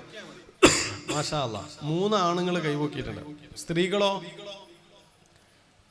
2-3 സ്ത്രീകൾ ശുക്റിന്റെ സുജൂദ് ചെയ്തിട്ടില്ല. ചെയ്യണ്ടേ? വെറുതെ പോയിട്ട് സുജൂദ് ചെയ്യാൻ പറ്റില്ല, അത് ഹറാമാണ്. ഒരു ചെക്കനുണ്ട് ഫുട്ബോൾ കളിക്കുന്നു, ചെറിയ ചെക്കൻ. എന്നിട്ട് ഗോളടിച്ച് കഴിഞ്ഞ ശേഷം ഓടി വന്നിട്ട് പോസ്റ്റിന്റെ അടുത്ത് വന്നിട്ട് സുജൂദ് ചെയ്യുന്നു. ഞാൻ ചോദിച്ചു, നീ എന്തെന്ന് ഇപ്പൊ ചെയ്തേ? അത് കളിക്കാറല്ലേ, ഗോളടിച്ചു കഴിഞ്ഞാൽ സുജൂദ് ചെയ്യല്ലേ? അതുപോലെ നന്ദി. അങ്ങനെ ഒരു ഗോളടിച്ചതിനൊന്നും സുജൂദ് ചെയ്യാൻ പറ്റൂല, ഹറാമാണ്. വെറുതെ സുജൂദ് കിടക്കാൻ പറ്റൂല, ഹറാമാണ്. എപ്പോഴാ സുജൂദ് ചെയ്യേണ്ടത്? ഒന്ന് നിസ്കാരത്തിന്റെ സുജൂദ്, അതുപോലെ തന്നെ തിലാവത്തിന്റെ സുജൂദ്, അതുപോലെ ശുക്റിന്റെ സുജൂദ്. ഏതായി ശുക്റിന്റെ സുജൂദ്? അള്ളാഹു ഒരു വലിയൊരു അനുഗ്രഹം ചെയ്യുമ്പോൾ അതിന് നന്ദിയായിട്ട് ചെയ്യുന്ന ഒരു സുജൂദുണ്ട്.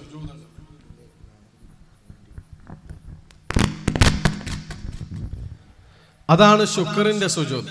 ആ ശുക്റിന്റെ സുജൂദ് നമുക്ക് ചെയ്യാൻ ഒരുപാട് അവസരങ്ങളുണ്ട്. അത് ചെയ്യാം. എന്തേ ശ്രദ്ധിക്കണ്ടോ? നിസ്കാരത്തിൽ സുജൂദ് ചെയ്യുന്നത് പോലെ തന്നെയാണ്, വേറെ മാറ്റമൊന്നുമില്ല. വുളു ഉണ്ടായിരിക്കണം, കിബിലക്ക് മുന്നിടണം, ഔറത്ത് മറക്കണം, പിന്നെ ഇരുന്നിട്ട് തന്നെ ശുക്റിന്റെ സുജൂദ് ചെയ്യുന്നത്. ശുക്റിന്റെ സുജൂദ് അല്ലാഹു തആലയ്ക്ക് വേണ്ടി ഞാൻ നിർവഹിക്കുന്നു എന്നുള്ള നിയ്യത്തിൽ കൈകെട്ടുക. ഒന്നും ഓതണ്ട, അല്ലാഹു അക്ബർ എന്ന് ചൊല്ലിയിട്ട് നേരെ സുജൂദിലേക്ക് പോവാ. ഒരു സുജൂദേ ചെയ്യണ്ടു. അവിടെ സാധാരണ ചൊല്ലുന്നത് ചൊല്ലാം, അല്ലെങ്കിൽ അറിയുന്നത് ചൊല്ലാം. അങ്ങനെ ഒറ്റ സുജൂദ് കഴിഞ്ഞാൽ ഇരിക്കുക, അല്ലാഹു അക്ബർ എന്ന് ചൊല്ലിയിട്ട് ഇരിക്കുക. ഇരുന്നിട്ട് അസ്സലാമു അലൈക്കും എന്നിട്ട് സലാം വീട്ടുക. ഇത്രയേ വേണ്ടു, ഒറ്റ സുജൂദ്. ഇതാണ് ശുക്റിന്റെ സുജൂദ്. നമ്മൾ ഇതുവരെ ചെയ്തിട്ടില്ല എന്ന് പറഞ്ഞാൽ അത് ഭയങ്കര സങ്കടമല്ലേ? അപ്പൊ ഇൻഷാ അല്ലാഹ് ശുക്റിന്റെ സുജൂദ് ചെയ്യാൻ അവസരം കിട്ടുമ്പോൾ ചെയ്യണം. നല്ല വലിയ അനുഗ്രഹങ്ങൾ കിട്ടുമ്പോൾ ശുക്റിന്റെ സുജൂദ്. എന്തെങ്കിലും വലിയ അപകടങ്ങളിൽ നിന്ന് രക്ഷപ്പെടുമ്പോൾ ശുക്റിന്റെ സുജൂദ്. അവയവങ്ങളെ കൊണ്ടുള്ള നന്ദിയാണത്. മറ്റൊന്ന് നാവ് കൊണ്ടുള്ള നന്ദി, അൽഹംദുലില്ലാഹ്. മറ്റൊന്ന് ഖൽബ് കൊണ്ടുള്ള നന്ദി. ഖൽബ് കൊണ്ടുള്ള നന്ദി എങ്ങനെയാ? അള്ളാഹുവിനെ ഓർക്കലാണ്, അള്ളാഹുവിനെ ഓർക്കുക. നാവ് കൊണ്ടുള്ള നന്ദി എങ്ങനെയാ? അള്ളാഹു എന്തെങ്കിലും ഒരു ഉപകാരം ചെയ്തു തരുമ്പോ, അല്ലെങ്കിൽ അള്ളാഹിന്റെ ഭാഗത്തു നിന്നൊരു ഖൈർ ഉണ്ടാവുമ്പോൾ പറയണം അൽഹംദുലില്ലാഹ് അൽഹംദുലില്ലാഹി തംലഉൽ മീസാൻ. മീസാൻ എന്ന ത്രാസിനെ നിറച്ചു കളയുന്ന നന്മയാണ് അൽഹംദുലില്ലാഹ്.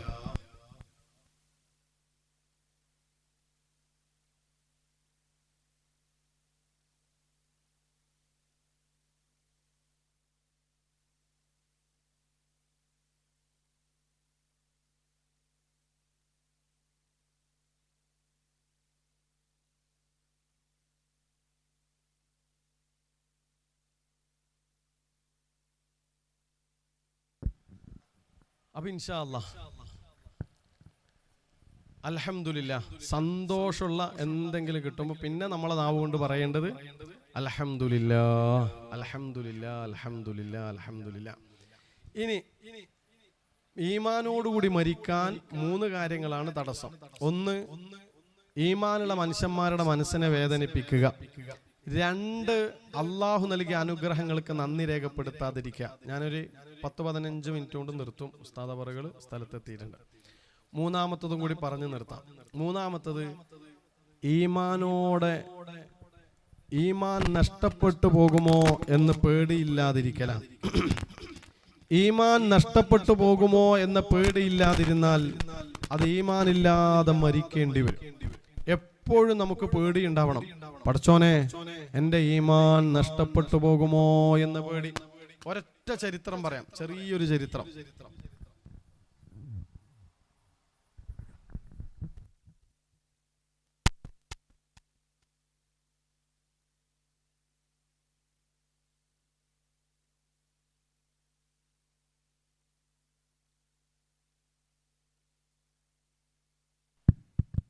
മഹാനായ ഉമർ ഇബ്നുൽ ഖത്താബ് റളിയല്ലാഹു അൻഹു, നബി സല്ലല്ലാഹു അലൈഹി വസല്ലം തങ്ങള് ഈമാനില്ലാതെ മരിക്കുന്ന ചില മുനാഫിക്കുകളുടെ ലിസ്റ്റ് തയ്യാറാക്കി. ആ ലിസ്റ്റ് ഒരു സ്വഹാബിയെ ഏൽപ്പിച്ചു. ഈ വിവരം ഉമർ ഇബ്നുൽ ഖത്താബ് റളിയല്ലാഹു അൻഹു അറിഞ്ഞു. ഉമർ റളിയല്ലാഹു അൻഹു ഓടി വന്നിട്ട് ഈ സ്വഹാബിയോട് ചോദിച്ചു, ആ ലിസ്റ്റ് ഒന്ന് നോക്കട്ടെ. സ്വഹാബി പറഞ്ഞു, തരൂല. ഉമർ റളിയല്ലാഹു അൻഹു പറഞ്ഞു, ഉമറാണ് പറയുന്നത്, ആ ലിസ്റ്റ് ഒന്ന് നോക്കട്ടെ. ഈമാനില്ലാതെ മരിക്കുന്ന മുനാഫിക്കുകളുടെ പേരല്ലേ അതിലുള്ളത്, ഞാനൊന്ന് വായിക്കട്ടെ. സ്വഹാബി പറഞ്ഞു, ഇത് റസൂലുള്ളാഹി എന്നെ ഏൽപ്പിച്ചതാ, വേറൊരാൾക്കും ഞാനിത് കാണിച്ചു കൊടുക്കൂല. അപ്പൊ ഉമർ റളിയല്ലാഹു അൻഹു മനസ്സിലായി, ഇത് തരൂല. ഉമർ റളിയല്ലാഹു അൻഹു സമാധാനത്തിൽ ആ സ്വഹാബിയോട് പറഞ്ഞു, സ്വഹാബി, ആ ലിസ്റ്റ് തരുന്നില്ലെങ്കിൽ തരണ്ട, പക്ഷെ എനിക്കൊരു കാര്യം അറിയണം. ഉമർ റളിയല്ലാഹു അൻഹു പറയണത്, എനിക്കൊരു കാര്യം അറിയണം. ഈമാനില്ലാതെ മരിക്കേണ്ടി വരുന്ന മുനാഫിക്കീങ്ങളുടെ പേരല്ലേ റസൂലുള്ള എഴുതി തന്നത്? ആ പേരുകളുടെ കൂട്ടത്തിൽ ഈ ഉമറിന്റെ പേരുണ്ടോ? ആ പേരിന്റെ കൂട്ടത്തിൽ ഈ ഉമറിന്റെ പേരുണ്ടോ? യാ അല്ലാഹ്, ആ ഉമർ റളിയല്ലാഹു അൻഹു പോലും പേടിച്ചിരുന്നു ഈമാൻ നഷ്ടപ്പെട്ടു പോകുമോ എന്ന്. പ്രിയപ്പെട്ടവരെ, നമ്മളും പേടിക്കണം, നമ്മുടെ ഖൽബിലുള്ള ഈമാൻ നഷ്ടപ്പെട്ടു പോകുമോ എന്ന പേടി. പക്ഷെ നമുക്ക് അങ്ങനത്തെ പേടിയില്ല. ഖൽബിൽ ഈമാൻ നഷ്ടപ്പെട്ടു പോകുന്നത് എപ്പോഴാണെന്നറിയാം? ഹറാമു ചെയ്യുമ്പോ ലാ യസ്നി الزاني حين يزني وهو مؤمن ولا يسرق السارق حين يسرق وهو مؤمن. ഒരു മുഅ്മിൻ മുഅ്മിനായി വ്യഭിചരിക്കൂല, ഒരു മുഅ്മിൻ മുഅ്മിനായി മോഷണം നടത്തൂല, ഒരു മുഅ്മിൻ മുഅ്മിനായി കള്ളുകുടിക്കൂല. ഒരു മുഅ്മിനായ മനുഷ്യൻ ഈ വക ഹറാമുകൾ വല്ലതും ചെയ്യുമ്പോ അവന്റെ ഖൽബിലുള്ള ഈമാൻ ഒരു ചാൺ മുകളിലേക്ക് ഉയർന്നു നിൽക്കുമെന്ന് മുഹമ്മദ് മുസ്തഫ സ്വല്ലല്ലാഹു അലൈഹി വസല്ലം തങ്ങൾ പറയാൻ. ഹറാം ചെയ്യുന്ന നേരത്ത് ഖൽബിൽ ഈമാൻ ഉണ്ടാവൂല. നിങ്ങൾക്ക് മനസ്സിലായ? ഹലോ, ഹറാം ചെയ്യുന്ന നേരത്ത് ഖൽബിൽ ഈമാൻ ഉണ്ടാവൂല. ആ ഹറാം ചെയ്തുകൊണ്ടിരിക്കുമ്പോഴാണ് നീ മരിക്കുന്നതെങ്കിൽ ഈമാൻ ഇല്ലാതെ മരിക്കേണ്ടി വരും. ടാക്കീസിൽ ഇരുന്നിട്ട് സിനിമ കാണുന്ന മുസ്ലിം ചെറുപ്പക്കാരൻ 2.5 മണിക്കൂർ നീണ്ട സിനിമ കഴിഞ്ഞപ്പോ എല്ലാവരും എഴുന്നേറ്റ് പോയപ്പോ ഇവൻ എഴുന്നേറ്റ് പോകുന്നില്ല, ഇവൻ ഇരുന്നിട്ട് തന്നെ ഉണ്ട്. ഇവനെ തട്ടി വിളിച്ചപ്പോഴാ മനസ്സിലായത് ആ സിനിമ കണ്ടുകൊണ്ടിരിക്കുന്നതിനിടയിൽ അവൻ മരിച്ചു പോയിട്ടുണ്ട്. ഹറാം കണ്ടുകൊണ്ട് മരിച്ചു. ഈമാനില്ലാതെ മരിക്കേണ്ടി വരും. അവനവൻ ചെയ്യുന്ന തെറ്റിനെ കുറിച്ചൊന്ന് ചിന്തിച്ചു നോക്ക്. എല്ലാവരും അവരവർ ചെയ്യുന്ന ഹറാമിനെ കുറിച്ചൊന്ന് ആലോചിച്ചു നോക്ക്. ഹറാമ് ചെയ്യുമ്പോൾ ഖൽബിൽ ഈമാൻ ഉണ്ടാവില്ല. ആ നേരത്തെ മരിക്കേണ്ടി വന്നാൽ ഈമാനില്ലാതെ മരിക്കേണ്ടി വരും. അല്ലാഹുവേ, ഖൽബ് നന്നാക്കണേ അല്ലാ, മനസ്സ് നന്നാക്കണേ അല്ലാ. നമുക്ക് നമ്മുടെ നാം ചെയ്ത തെറ്റുകൾ ഏറ്റുപറഞ്ഞ് ഒന്ന് അസ്തഗ്ഫിറുല്ലാ എന്ന് കരഞ്ഞുകൊണ്ട് പറഞ്ഞ് അല്ലാ അല്ലാ എന്ന് വിളിച്ച് നമുക്ക് അല്ലാഹുവിനോട് ദുആ ചെയ്യാം. നമ്മുടെ പാപങ്ങളൊന്ന് പുറത്തു തരാൻ ഒന്ന് ഇസ്തിഗ്ഫാറിന്റെ വചനം ചൊല്ലാം. നിങ്ങൾ തയ്യാറാണെങ്കിൽ ഒരു 5 മിനിറ്റ് നേരത്തേക്ക് ചായ കൊടുക്കലും വെള്ളം കൊടുക്കലും എല്ലാം അങ്ങ് മാറ്റി വെക്കുക. ദൂരെ നിൽക്കുന്നവരൊക്കെ ഒന്ന് അടുത്തിരിക്കുക. നമുക്കൊന്ന് ചെയ്തു പോയ പാപങ്ങളെ ഓർത്ത് അല്ലാ എന്ന് കരഞ്ഞുകൊണ്ട് വിളിച്ച് ഇസ്തിഗ്ഫാർ ചൊല്ലി അല്ലാഹുവിലേക്ക് മടങ്ങാം. നിങ്ങൾ തയ്യാറാണെങ്കിൽ ഒരു 5-10 മിനിറ്റ് അത്രയേ വേണ്ടു. ഇൻഷാ അല്ലാ ഒന്ന് എല്ലാവരും നടുവളയാതിരിക്കും. പുറത്താരെങ്കിലും ഉണ്ടെങ്കിൽ അകത്തേക്ക് വന്നിരിക്കാം. ഇതൊരു 10 മിനിറ്റ് ആണ്. അത് കഴിഞ്ഞിട്ട് നിങ്ങൾക്ക് എവിടെ പോയിട്ട് വേണമെങ്കിലും ഇരിക്കാം. ഒന്ന് നടുവളയാതിരിക്കുക. നമ്മളിപ്പോൾ ഇവിടുന്ന് ഇൻഷാ അല്ലാ അല്ലാ എന്ന് വിളിക്കും. ശേഷം അസ്തഗ്ഫിറുല്ലാ എന്ന് ചൊല്ലും. അതോടുകൂടി ഈ ജീവിതകാലത്തിൽ നമ്മൾ ചെയ്ത എല്ലാ പാപങ്ങളും അല്ലാഹു നമുക്ക് പുറത്തു തരണം. അല്ലാഹു നമുക്ക് മാപ്പ് തരണം. അതിന് മനസ്സ് വേദനിച്ചിട്ട് വേണം ഈ ഇസ്തിഗ്ഫാർ ചൊല്ലാൻ. നിങ്ങൾ ബാക്കിയുള്ള കാര്യങ്ങളൊക്കെ ഒരു 5-10 മിനിറ്റേക്ക് മാറ്റി വെക്കുക. ഒന്ന് നടുവളയാതിരിക്കുക. 2 കൈയും മടിയിൽ വെക്കുക. അങ്ങോട്ടും ഇങ്ങോട്ടും നോക്കാതിരിക്കുക. ഒന്ന് 5 മിനിറ്റ് നേരത്തേക്ക് എല്ലാവരും ഒന്ന് കണ്ണടച്ച് ദീർഘമായി സാവധാനം താഴേക്കും മേലേക്കും ശ്വസിക്കുക. കണ്ണടച്ച് ദീർഘമായി സാവധാനം താഴേക്കും മേലേക്കും ശ്വസിക്കുക. നമ്മളെ ഉമ്മാന്റെ മുഖം ഒന്ന് മനസ്സിലേക്ക് കൊണ്ടുവരിക. ഉമ്മാനെ തന്നെ ഓർക്കുക. പാവാണ്. ഒരുപക്ഷെ ഉമ്മ മരിച്ചു പോയിട്ടുണ്ടാവും, അല്ലെങ്കിൽ ജീവിച്ചിരിക്കുന്നുണ്ടാവും. ആ ഉമ്മാന്റെ മുഖം തന്നെ മനസ്സിലേക്ക് കൊണ്ടുപോവാ. ഉമ്മാനെ ഭയങ്കര ഇഷ്ടമാണ് നമുക്ക്. നമ്മൾ നന്നാവണമെന്ന് ഏറ്റവും കൂടുതൽ ആഗ്രഹിച്ചത് നമ്മളെ ഉമ്മയാണ്. നമുക്ക് നിസ്കരിക്കാൻ പഠിപ്പിച്ചതും നമ്മളെ നോമ്പ് നോക്കാൻ പരിശീലിപ്പിച്ചതും നല്ലത് പറയാനും നല്ലത് കേൾക്കാനും നിരന്തരം നമ്മളെ ഉപദേശിച്ചതും നമ്മളെ ഉമ്മയാണ്. ആ ഉമ്മ ഒരുപാട് പ്രയാസങ്ങൾ അനുഭവിച്ചിട്ടുണ്ട്, ഒരുപാട് വേദനകൾ അനുഭവിക്കുന്നുണ്ട്. പാവാണ് നമ്മളെ ഉമ്മ. ഒന്ന് ഉമ്മാനെ തന്നെ ഓർക്കുക. ഓർക്ക്. ഉമ്മാനെ ഓർത്തിട്ട് സങ്കടം വരുന്നില്ലേ? സങ്കടം വരുന്ന ഒരു ദിവസം വരാനുണ്ട്. എപ്പോഴാന്നറിയാം? നിന്റെ വീടിന്റെ സെൻട്രൽ ഹാളില് ആ ഉമ്മാന്റെ മയ്യത്ത് കാണുന്ന ദിവസം. ഓർത്തു നോക്ക്. അങ്ങനെ ഒരു ദിവസം വരാനുണ്ട്. ഒന്ന് വെറുതെ ചിന്തിച്ചു നോക്ക്. അല്ലാ, എൻ്റെ ഉമ്മ, ഞാൻ നന്നായാൽ ഏറ്റവും സന്തോഷിക്കുന്നത് എൻ്റെ ഉമ്മയായിരിക്കും. ഞാൻ ചീത്തയായാൽ, ഞാൻ എന്തെങ്കിലും തെറ്റ് ചെയ്യുന്നുണ്ട് എന്നറിഞ്ഞാൽ ഏറ്റവും കൂടുതൽ വിഷമിക്കുന്നത് എൻ്റെ ഉമ്മയായിരിക്കും. ഉമ്മാന്റെ മോള്, ഉമ്മാന്റെ മോന് ഹറാമിലേക്ക് പോവില്ല. നന്നാവും. ഉമ്മയെപ്പോലെ നിന്റെ ഉപ്പാന്റെ മുഖവും ഒന്ന് മനസ്സിലേക്ക് കൊണ്ടുവാ. ഉപ്പാനെ തന്നെ ഓർക്ക്. ഈ ദുനിയാവില് നിനക്ക് വേണ്ടി കഷ്ടപ്പെട്ട നിന്റെ ഉപ്പ. ഒരു പക്ഷേ ഈ കൂട്ടത്തിൽ ചിലരുടെ ഉപ്പ ഖബറിലെ 6 അടി മണ്ണിലായിരിക്കും. ആ ഖബറിൽ കിടക്കുന്ന ഉപ്പാന്റെ മുഖം ഒന്ന് ഓർത്തു നോക്ക്. 6 അടി മണ്ണിൽ, മണ്ണോട് ചേർന്ന് കിടക്കുന്ന, ഒറ്റക്ക് കിടക്കുന്ന ആ ഖബറിന്റെ ഇരുട്ടറയിൽ കിടക്കുന്ന ഉപ്പ. അല്ലാഹുവേ, എൻ്റെ ഉപ്പയും എൻ്റെ ഉമ്മയും ഖബറിന്റെ 6 അടി മണ്ണിൽ എന്തെങ്കിലും അദാബ് അനുഭവിക്കുന്നുണ്ടെങ്കിൽ ആ അദാബിനെ നീ തട്ടി മാറ്റണേ അല്ലാ. ജീവിച്ചിരിക്കുന്ന ഉപ്പാന്റെ മുഖം മനസ്സിലേക്ക് കൊണ്ടുവാ. പകലും മുഴുവനും ആ ഉപ്പ അധ്വാനിക്കുന്നത് നമുക്ക് വേണ്ടിയാണ്. ഉപ്പ വലിയ ഗൗരവത്തിലൂടാണ് നമ്മൾ സംസാരിക്കല്. പക്ഷെ ഉപ്പാന്റെ മനസ്സ് നിറയെ നമ്മളോട് ഇഷ്ടമാണ്. പാവാണ് എൻ്റെ ഉപ്പ. ഈ ദുനിയാവിൽ എന്നെ ഏറ്റവും സ്നേഹിക്കുന്നത് ആ ഉമ്മയും ആ ഉപ്പയുമാണ്. ഈ ദുനിയാവിൽ നമ്മൾ ഏറ്റവും നന്നാവണമെന്ന് ഏറ്റവും കൂടുതൽ ആഗ്രഹിക്കുന്നത് ആ ഉമ്മയും ഉപ്പയുമാണ്. തിരിച്ചൊന്നും ആഗ്രഹിച്ചിട്ടല്ല അവർ നമ്മളെ സ്നേഹിച്ചത്. പാവാണ്.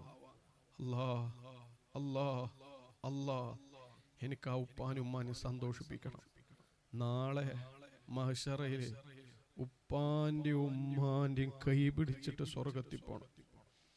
ഉപ്പാന്റെ ഉമ്മാന്റെയും കൈ പിടിച്ചിട്ട് സ്വർഗത്തിൽ പോണം. പക്ഷെ അതിനാദ്യം ഞാൻ നന്നാവണ്ടേ. ഞാൻ കുറെ ഹറാമ് ചെയ്തു പോയിട്ടുണ്ട്. ഓർത്തു നോക്ക്, ഈ കാലം അത്രയും ചെയ്ത ഹറാമുകൾ എന്തൊക്കെയാണ് എന്ന്. ഓർമ്മയില്ലേ? എന്തെല്ലാം ഹറാമുകൾ, പുറത്ത് പറഞ്ഞാൽ നാണക്കേടാവുന്ന ഹറാമുകൾ സംഭവിച്ചു പോയിട്ടുണ്ട്. മണിക്കൂറുകളോളം ഹറാമ് കാണാൻ വേണ്ടി നീ സമയം ചെലവഴിച്ചിട്ടില്ലേ? ഓർമ്മയില്ലേ നിനക്ക്? മണിക്കൂറുകൾ ഹറാമ് കാണാൻ വേണ്ടി സമയം ചെലവഴിച്ചത്. ആ നേരത്തെങ്ങാനും മരിച്ചു പോവേണ്ടി വന്നാൽ നമ്മൾ അവസ്ഥ എന്തായിരിക്കും? ഈമാനില്ലാതെ മരിക്കേണ്ടി വരും. ഹറാമ് കേൾക്കാൻ വേണ്ടി മണിക്കൂറുകൾ ചെലവഴിച്ചിട്ടില്ലേ? നീ സ്ഥിരമായി ചെയ്യുന്ന ഹറാമുകളെ കുറിച്ചൊന്ന് ഓർത്തു നോക്ക്. നിനക്കറിയൂലേ നീ സ്ഥിരമായി ചെയ്യുന്ന ചില ഹറാമുകൾ? നീ ചെയ്ത തെറ്റുകളുടെ കൂട്ടത്തിൽ ഏറ്റവും വലിയൊരു തെറ്റ് അത് എന്താണെന്നൊന്ന് ഓർത്തു നോക്കിയേ. ഓർമ്മയില്ലേ? ലഹരി ഉപയോഗിച്ചതാവാം, വ്യഭിചരിച്ചതാവാം, കള്ളുകുടിച്ചതാവാം, ഉമ്മാനെ വേദനിപ്പിച്ചതാവാം, ഉപ്പാനെ സങ്കടപ്പെടുത്തിയതാവാം, നിസ്കരിക്കാത്തതാവാം. എന്തൊക്കെയോ ചില ഹറാമുകൾ ജീവിതത്തിൽ സംഭവിച്ചു പോയിട്ടുണ്ട്. ഇനി ഒരിക്കലും ഞാൻ ആ തെറ്റിലേക്ക് തിരിച്ചു പോകൂല. അല്ലാ, എനിക്ക് മാപ്പ് തരണേ അല്ലാ, എനിക്ക് പുറത്തു തരണേ അല്ലാ. അത് നമ്മൾ ചെയ്ത തെറ്റിന്റെ സുഖം ഇന്ന് നമുക്ക് കിട്ടുന്നില്ല. പക്ഷെ ആ തെറ്റിന്റെ ശിക്ഷ നാളെ പരലോകത്ത് നമ്മ കാത്തിരിക്കുന്നുണ്ട്.